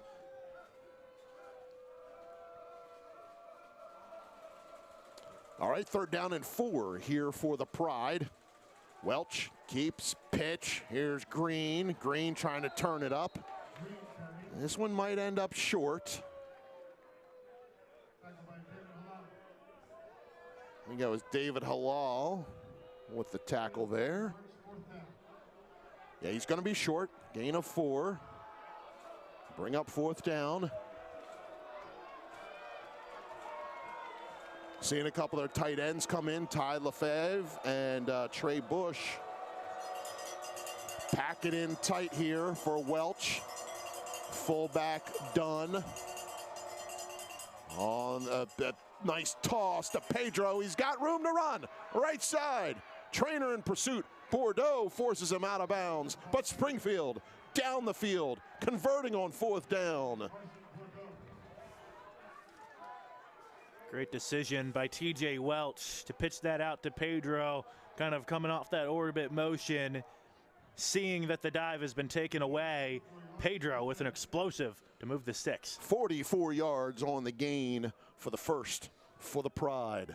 Under 10 to play here in the 4th. They're down 3 scores. Motion man is Pedro. Give to Dunn. Dunn slips 1 tackle. Will Seibert with the wrap up at the 26-yard line on a gain of 6. I don't think, correct me if I'm wrong, we've seen James Green since he took that shot back in the 3rd quarter. Never mind, back out there now, but seeing Pedro get a couple carries here in the 4th. Seibert, chemical and biomedical engineering major. Whew. Great job by Will and a lot of teammates that major in like type science majors. All right, nice job, Bodie Dunn. And they'll move the chains once again inside the 20 down to the 19 on a 7-yard run. And you see him right back up to the line. Gaining a little momentum right now. Welch takes the snap, give one more time, Dunn. Dunn forward and down to the 14-yard line on a gain of 4. And all that academia, right, certainly doesn't help when you're trying to diagnose, or doesn't hurt, I should say, when you're trying to diagnose things on the football field. 2nd down and 6. I tell you, before he even came to Johns Hopkins, set up his own his nonprofit organization, Athletes for Athletes, in the Chicago area, supported by the Chicago Bears. Give to Dunn. Dunn into the pile. And will be brought down at the 13-yard line after a gain of 1. Oh, they announced Kellen Gibson, senior from Gilbert, Arizona. And again, just so often through those years, just those runs right up the middle have been more resulting in 3, 4, 5-yard gains as opposed to just getting stopped right at the line of scrimmage. Still, Welch and co with some momentum. Welch takes the snap, keeps, runs right into the pile. Trainer and Hogue just gonna get stuck there at the 12 after a gain of 1. Oh, and wait a minute. Seeing Welch, a little stiff leg on the right side there. Trying to loosen that up.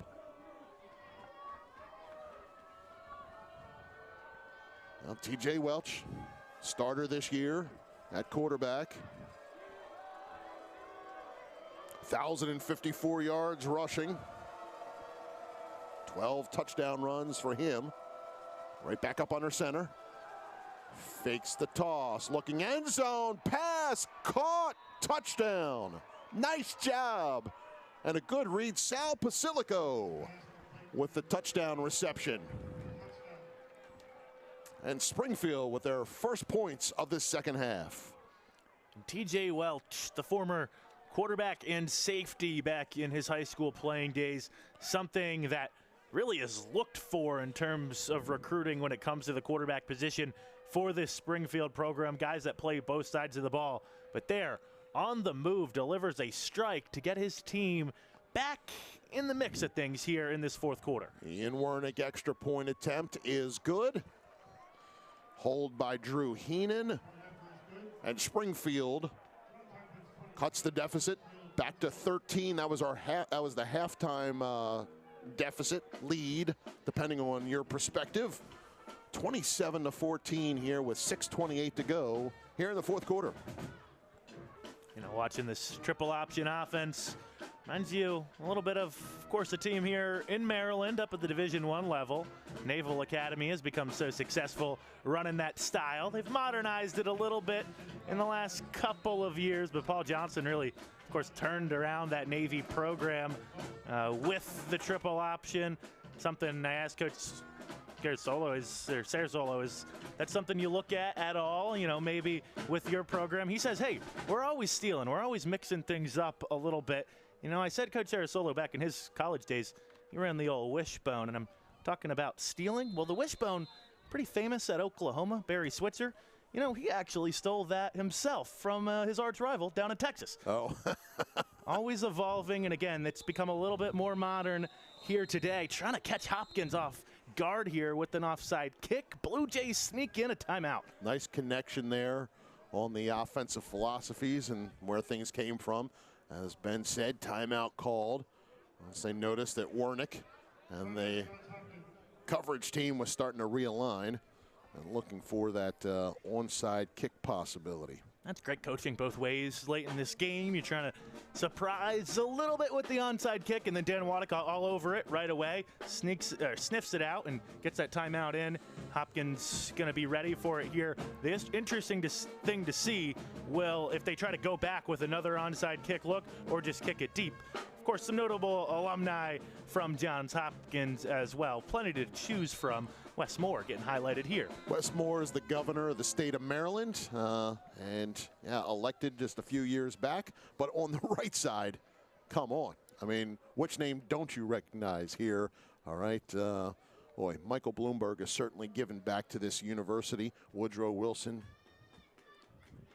President Wilson, back in that World War I time, League of Nations, the whole deal. All right, see what Springfield does this time. Yes, two schools with a long history, and into those 100-yard plus, and this Wernick sends it up high. Fair catch called for. Live ball, penalty flag. Somebody got hit, contacted early. All right, in figuring that out, right, even though there's a fair catch called, that's still a live ball once it hits the ground. Yeah, but you can't just clear that guy out there on the onside kick. Back in the day, that was okay. That was an accepted practice. Not anymore in college football.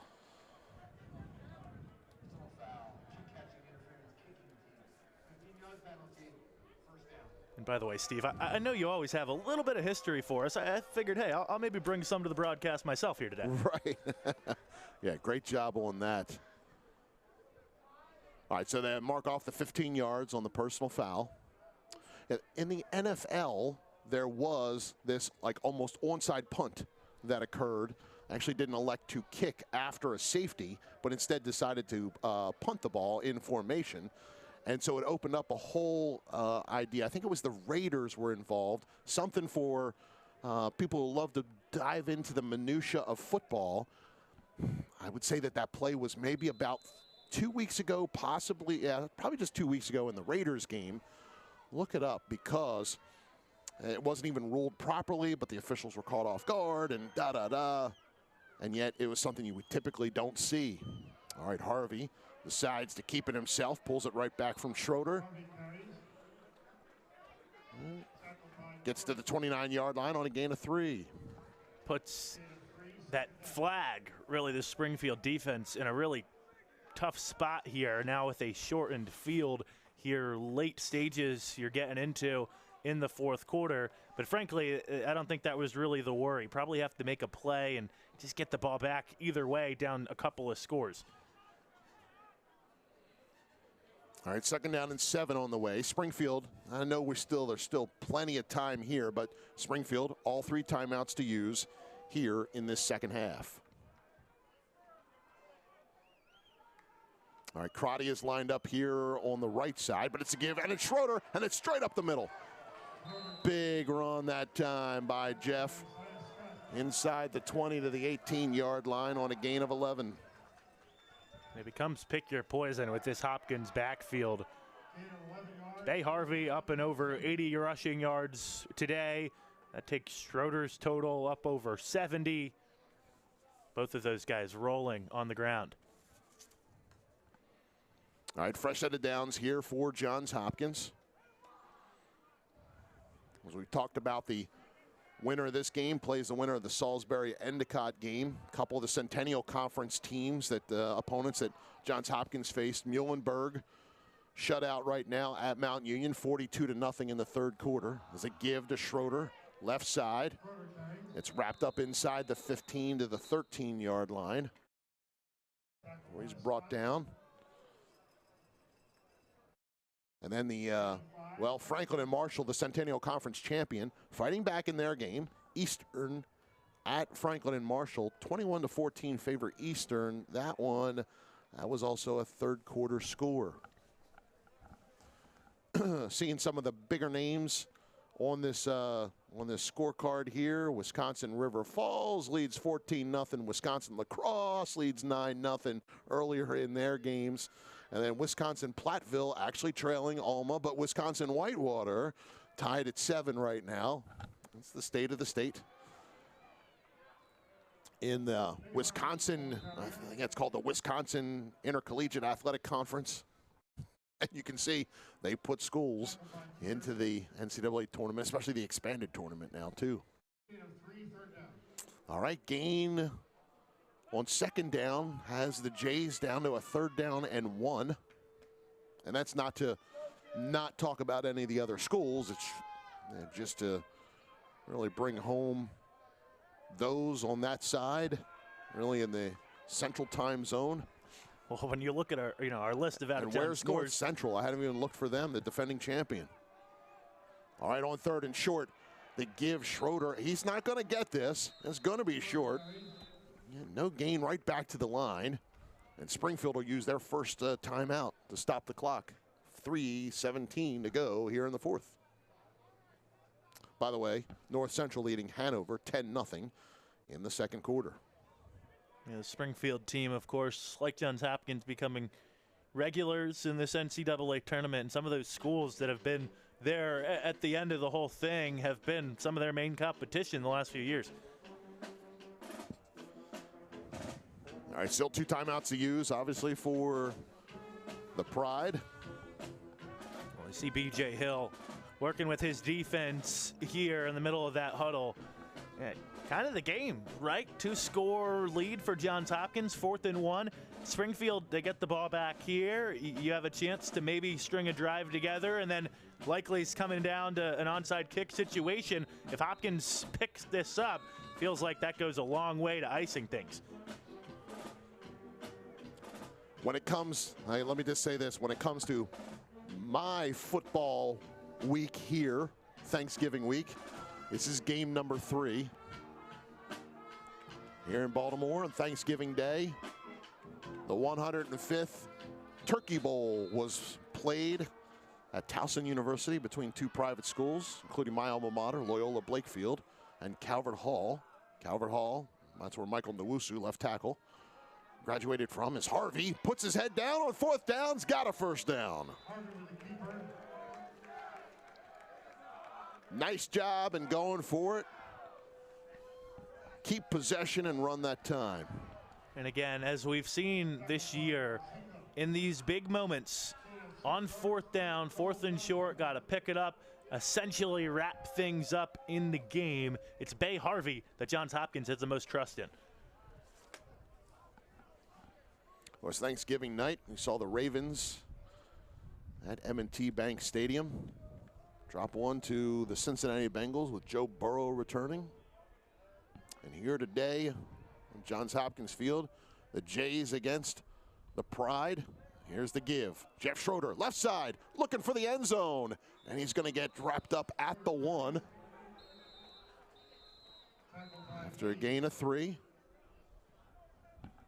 Tons of NCAA tournament action here in Baltimore over the last couple of weeks. The Johns Hopkins volleyball team earned region hosting duties last weekend, ended up falling in the region final to a Laverne team. Feels weird to say a regional. A Laverne team making a trip from LA, California to play a Baltimore regional, but ended up moving on. Lots of NCAA tournament action. Of course, great programs all across Johns Hopkins here in Baltimore. Field hockey team lost the championship in the championship game, as it is. A couple of the other scores, just looking at some of the earlier games. I know we've mentioned the ones that involve Centennial Conference opponents for Johns Hopkins, but Susquehanna, a non-conference opponent, leading Christopher Newport 28-7. They'll look to advance. They're getting into the fourth quarter. John Carroll, a prior playoff opponent and a Johns Hopkins regular season opponent, actually 28-6 over Randolph Macon in the fourth. And the only other early game, Barry and LaGrange, with Barry College leading 15-14 in the third. Oh, you're looking down that sheet, some of those names. Bethel from Minnesota, Trinity from Texas, St. John's from Minnesota, all in the brackets. Give, Schroeder, he's trying to find a room on the left side, can't do so. Nice job by that defense. Boy, Hayes, part of there. I see Chris Mozica in, the junior from Brielle, New Jersey, right amongst the others. Scott must have had a hand there too. Well, Springfield brought this used their last timeout, so no more to use. Stops the clock with 2:15 to go and a third and goal situation coming up. But Springfield put themselves back in the conversation of coming back with that previous offensive drive. 10 plays, 85 yards, 5-10. Welch's 12-yard touchdown pass to Basilico to bring the score within 2 scores, 27-14. Here, needing to stop Johns Hopkins. If you hold them to a field goal, theoretically that's still a 2-score game, 16-point deficit. For Springfield, really, not just today, but all year. So much resilience with this program. Again, a staple in this NCAA tournament, but this season it was so impressive because of all the retooling and all the replacing they had to do throughout the lineup. You talked about some injuries on the defensive side of the ball affecting things. Really, their whole line got mixed and matched throughout the year. Bay Harvey trying to punch this in on the sneak. Touchdown, Johns Hopkins. And right in on third down with the score. Bay's second rushing touchdown today. Johns Hopkins over the 30-point mark. And talk about a tush-push. Bay Harvey floating across this goal line into the end zone, up and over everybody. You saw 20 back there, but you saw 62. Yes, with the power lift. I'd like to know what his power lifting. I mean, I'm sure he can pick up more than Bay. I mean, that's nothing for him, right? Garrett's been a starter on that offensive line since his freshman year. Here's Waite with the extra point attempt. So we've seen Caleb Waite throughout the majority of this game. After Paxton's extra point got blocked, we haven't seen Brad come back out on the field. Caleb's taking them all here. Kick is good, 34-14. 2:11 to go here in this second round matchup. We were handed updated scores. And Salisbury Endicott tied at 28. Still a third quarter score. Wow. This game could be over, and we would be nowhere close to knowing who would win that game. Muhlenberg did score at Mount Union, 49-7 now, favor of the Purple Raiders. Franklin and Marshall within 4 now, 28-24. Eastern at F&M, that's a fourth quarter score.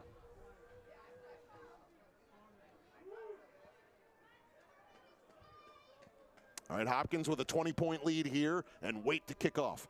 He'll squib it down. It's fielded right away at the 35-yard line. And a return of 6 yards up to the 41. Things starting to get a little bit chippy here. And now with this score line now in the fourth quarter for Johns Hopkins. You got to stay clean now in this last 2:06. That was a good tackle. Desmond Perez Castaneda on the return. Wise to get right in there and get that ball up the field.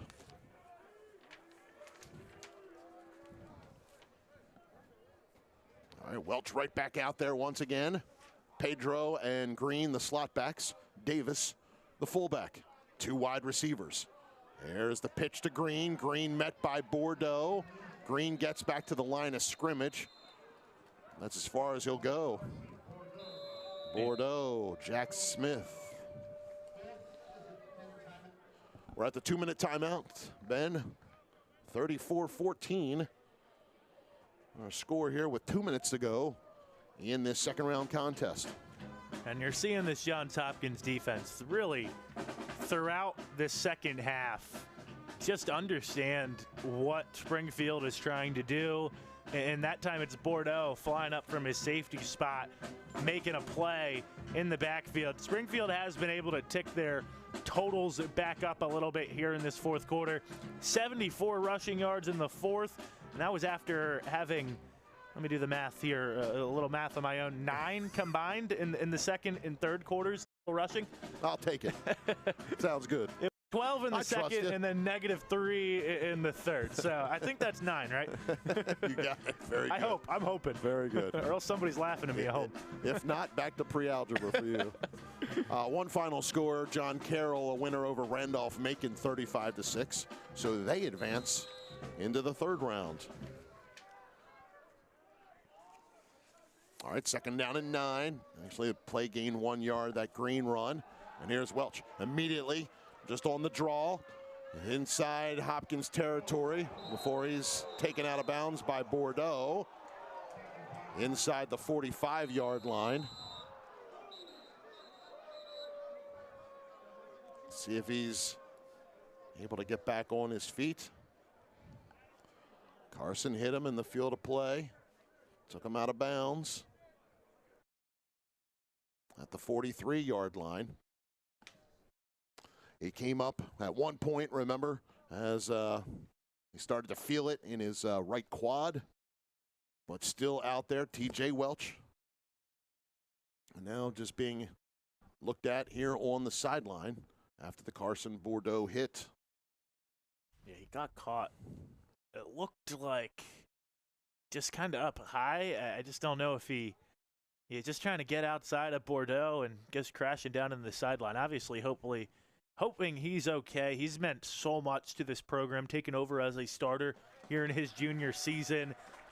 Just defines kind of what this Springfield Pride team is all about, and getting some help off the field right now, which that means he's pretty shaken up because he's not leaving this game regardless of the score line if he could help it. And not putting any weight on that right foot. So trainers and teammates helping TJ Welch. As I was starting to look at the numbers, it just got me thinking about all the numbers I read along the Pride defensive line. And today, just seeing that there's 2 tackles for loss registered by that defense. And that's it.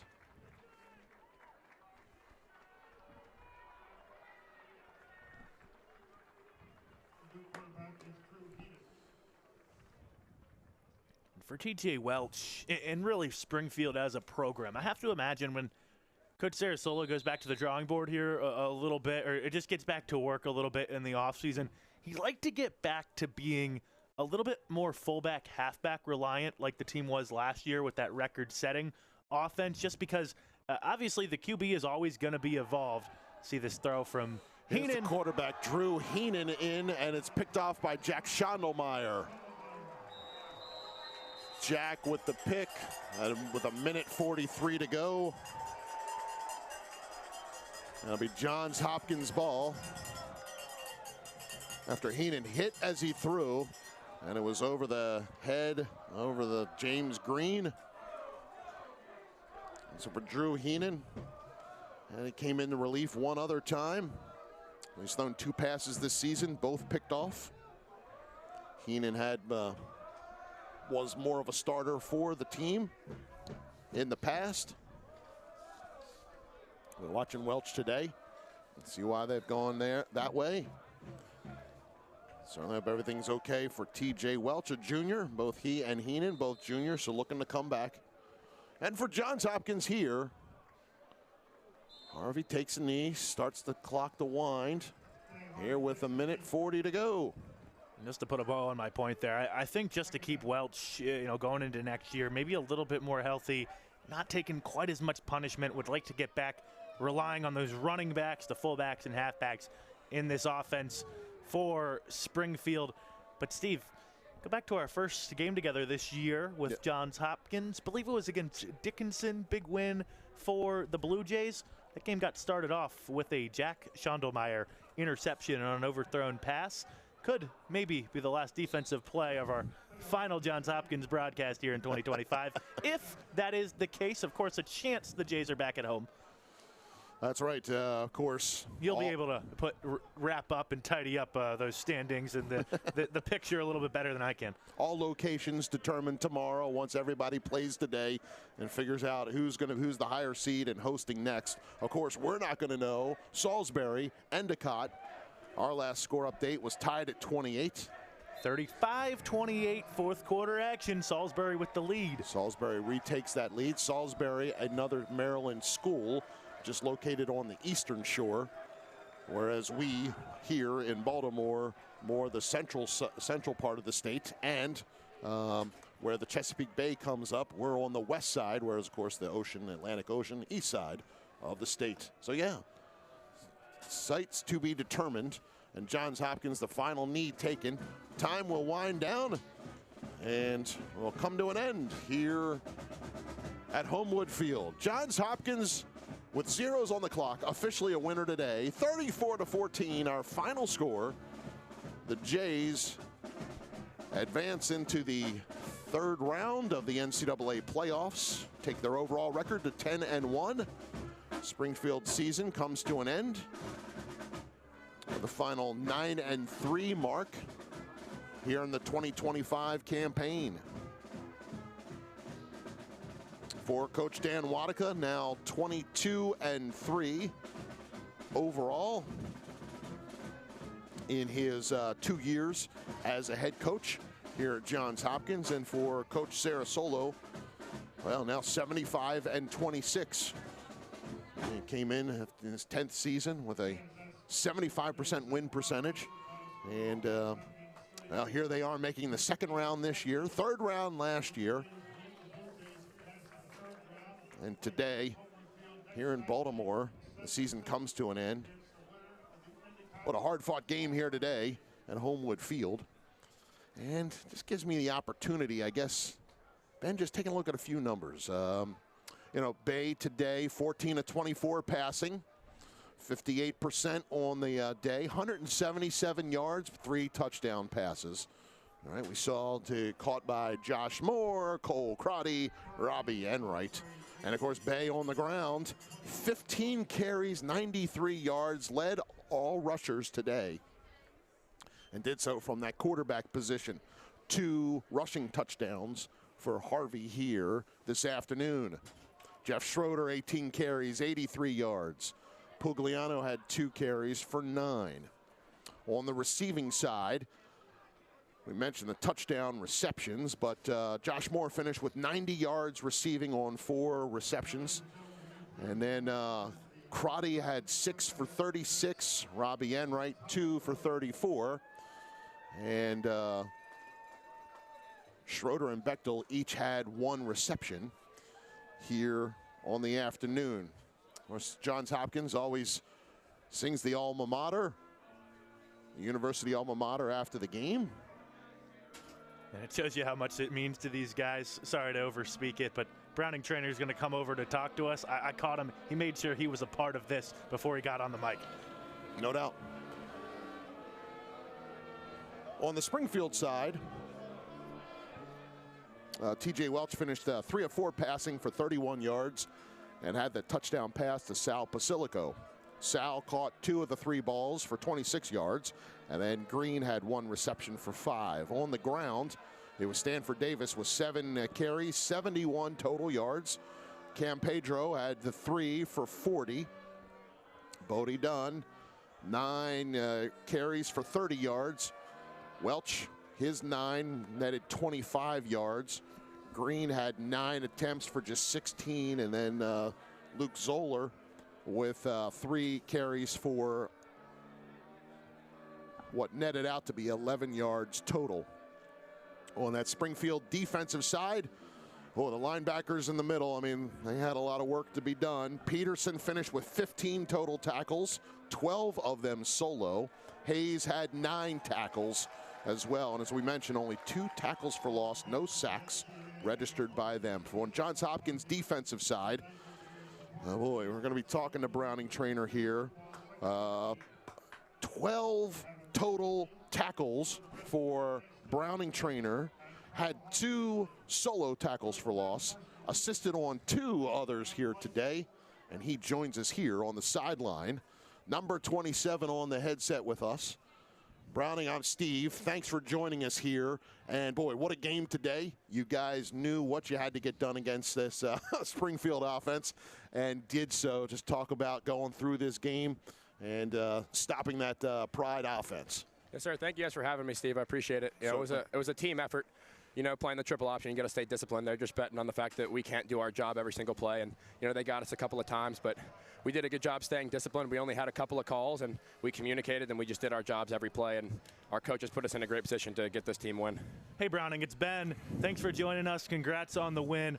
I got a couple questions for you. Number one, just becoming a starter this year and, of course, becoming one of the big pieces of this defense. What's that been like? Man, it's just been a blessing to be a part of this program. I got to sit behind 2 really good players for the past couple of years that mentored me, and we got a great coaching staff. We got the best coaching staff in the country. I've said that a couple times this year.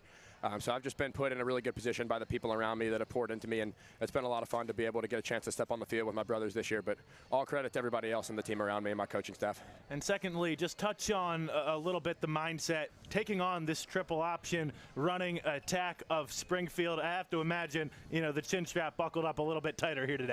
Yes, sir. That's a lot of fun, man. I'm a linebacker. I like to play the run, so I love a game like this where you just to go downhill and hit people every play. But again, like I said earlier, just being disciplined and doing your assignment every play. That's the triple option. Just bets on the fact that we can't do that, and we were able to come out here and do our assignment. All right, so boy, I'll throw just a couple other numbers in here. Spencer Kramer today getting a lot of action because of the offense. 7 tackles, including 1.5 tackles for loss. That's great. Watching Carson Bordeaux, Thrump guys out there, and Carter Hogue as well. All right, so what I want to turn your attention, though, is on the offense, Bay Harvey. Talk about just your years spent with him and, of course, seeing what he did out on the field today. All right, man, he's an incredible leader for our team, man. Our offense is awesome. They've been putting up big points for us this year. And, you know, missing him last year and still doing the things that we did in the postseason and through our season, just being able to have him back, it makes our offense so dynamic. I mean, he can run the ball, and if you let somebody free, we leave somebody unblocked, he just runs them over. I mean, the guy's a stud. He's huge. He throws the ball around. It's a blessing to play defense when we got an offense like that has our back and go out there and put up points.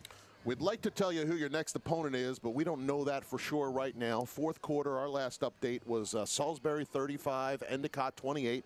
Been a bit of a firefight there. Go tell the guys. Yep. Yes, sir. But Browning, thanks for joining us here on the sideline. Thank you guys for having me. I appreciate you guys. Certainly. Browning trainer joining us here from the sideline after the win here today at Homewood Field. Well, they're going to be playing next week, getting ready for more action. Thank you, Browning. And, seeing just what happened out on this field today, hey, this team, you know, knows what the next goal is. Could not win the Centennial Conference crown on the NCAAs and push. Let's see if they can go even deeper than that semifinal appearance last year. Yeah, and again, a chance to erase all that heartbreak in the last game of the regular season against Franklin and Marshall, here with a great NCAA tournament run.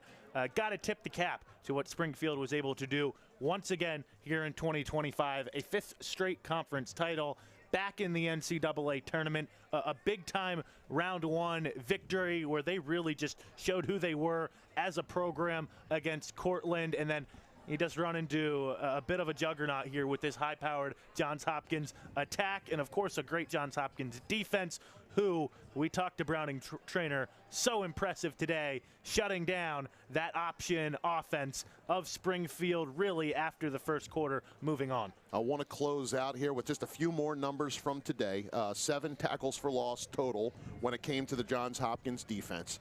And then when you look at just some of the numbers here, all right, hey, rushing yards about even, 193 for Springfield, 180 for Johns Hopkins. But, of course, the Jays, 177 yards in the air. We've already mentioned Harvey's touchdown totals and so on here with this. So the Jays 357 yards offense on 63 plays today. Springfield ran just 45 plays, 224 yards total. And when it came to the third down conversion, the Johns Hopkins defense, 3 of 11 was Springfield on third down. Had to go for it 3 times on fourth and converted all 3, but still only 33% after they converted over 50% during the season. Jays 5 of 11 overall, and the Jays won the time of possession battle today, 32-43 to 27-17. That coming when you hear that Springfield averaged on the season 35 minutes time of possession, averaged. And even in one game, had it for close to 44 minutes in a contest. Yeah, and again, those couple of marks really what's defined Springfield's season. Hopkins able to turn the tide here today, and they're moving on because of it. And I think that does it for us here for our second round matchup. And right when we left last time, our McDaniel contest to close out our regular season, we weren't sure. Would there be another call for us? It was today, and we'll see if it will be next week. That remains to be seen. Again, all scheduling will be announced tomorrow for the winners of today's second round contest action here. All right, certainly plenty of people to thank for today.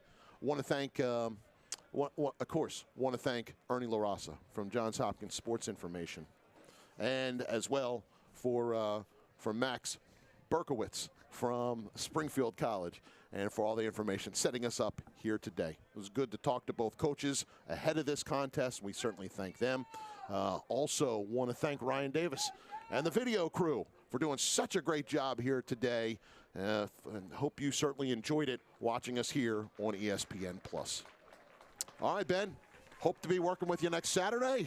We'll see that third round matchup against the winner of Salisbury versus Endicott. For Ben Robertson, I'm Steve Stoffberg.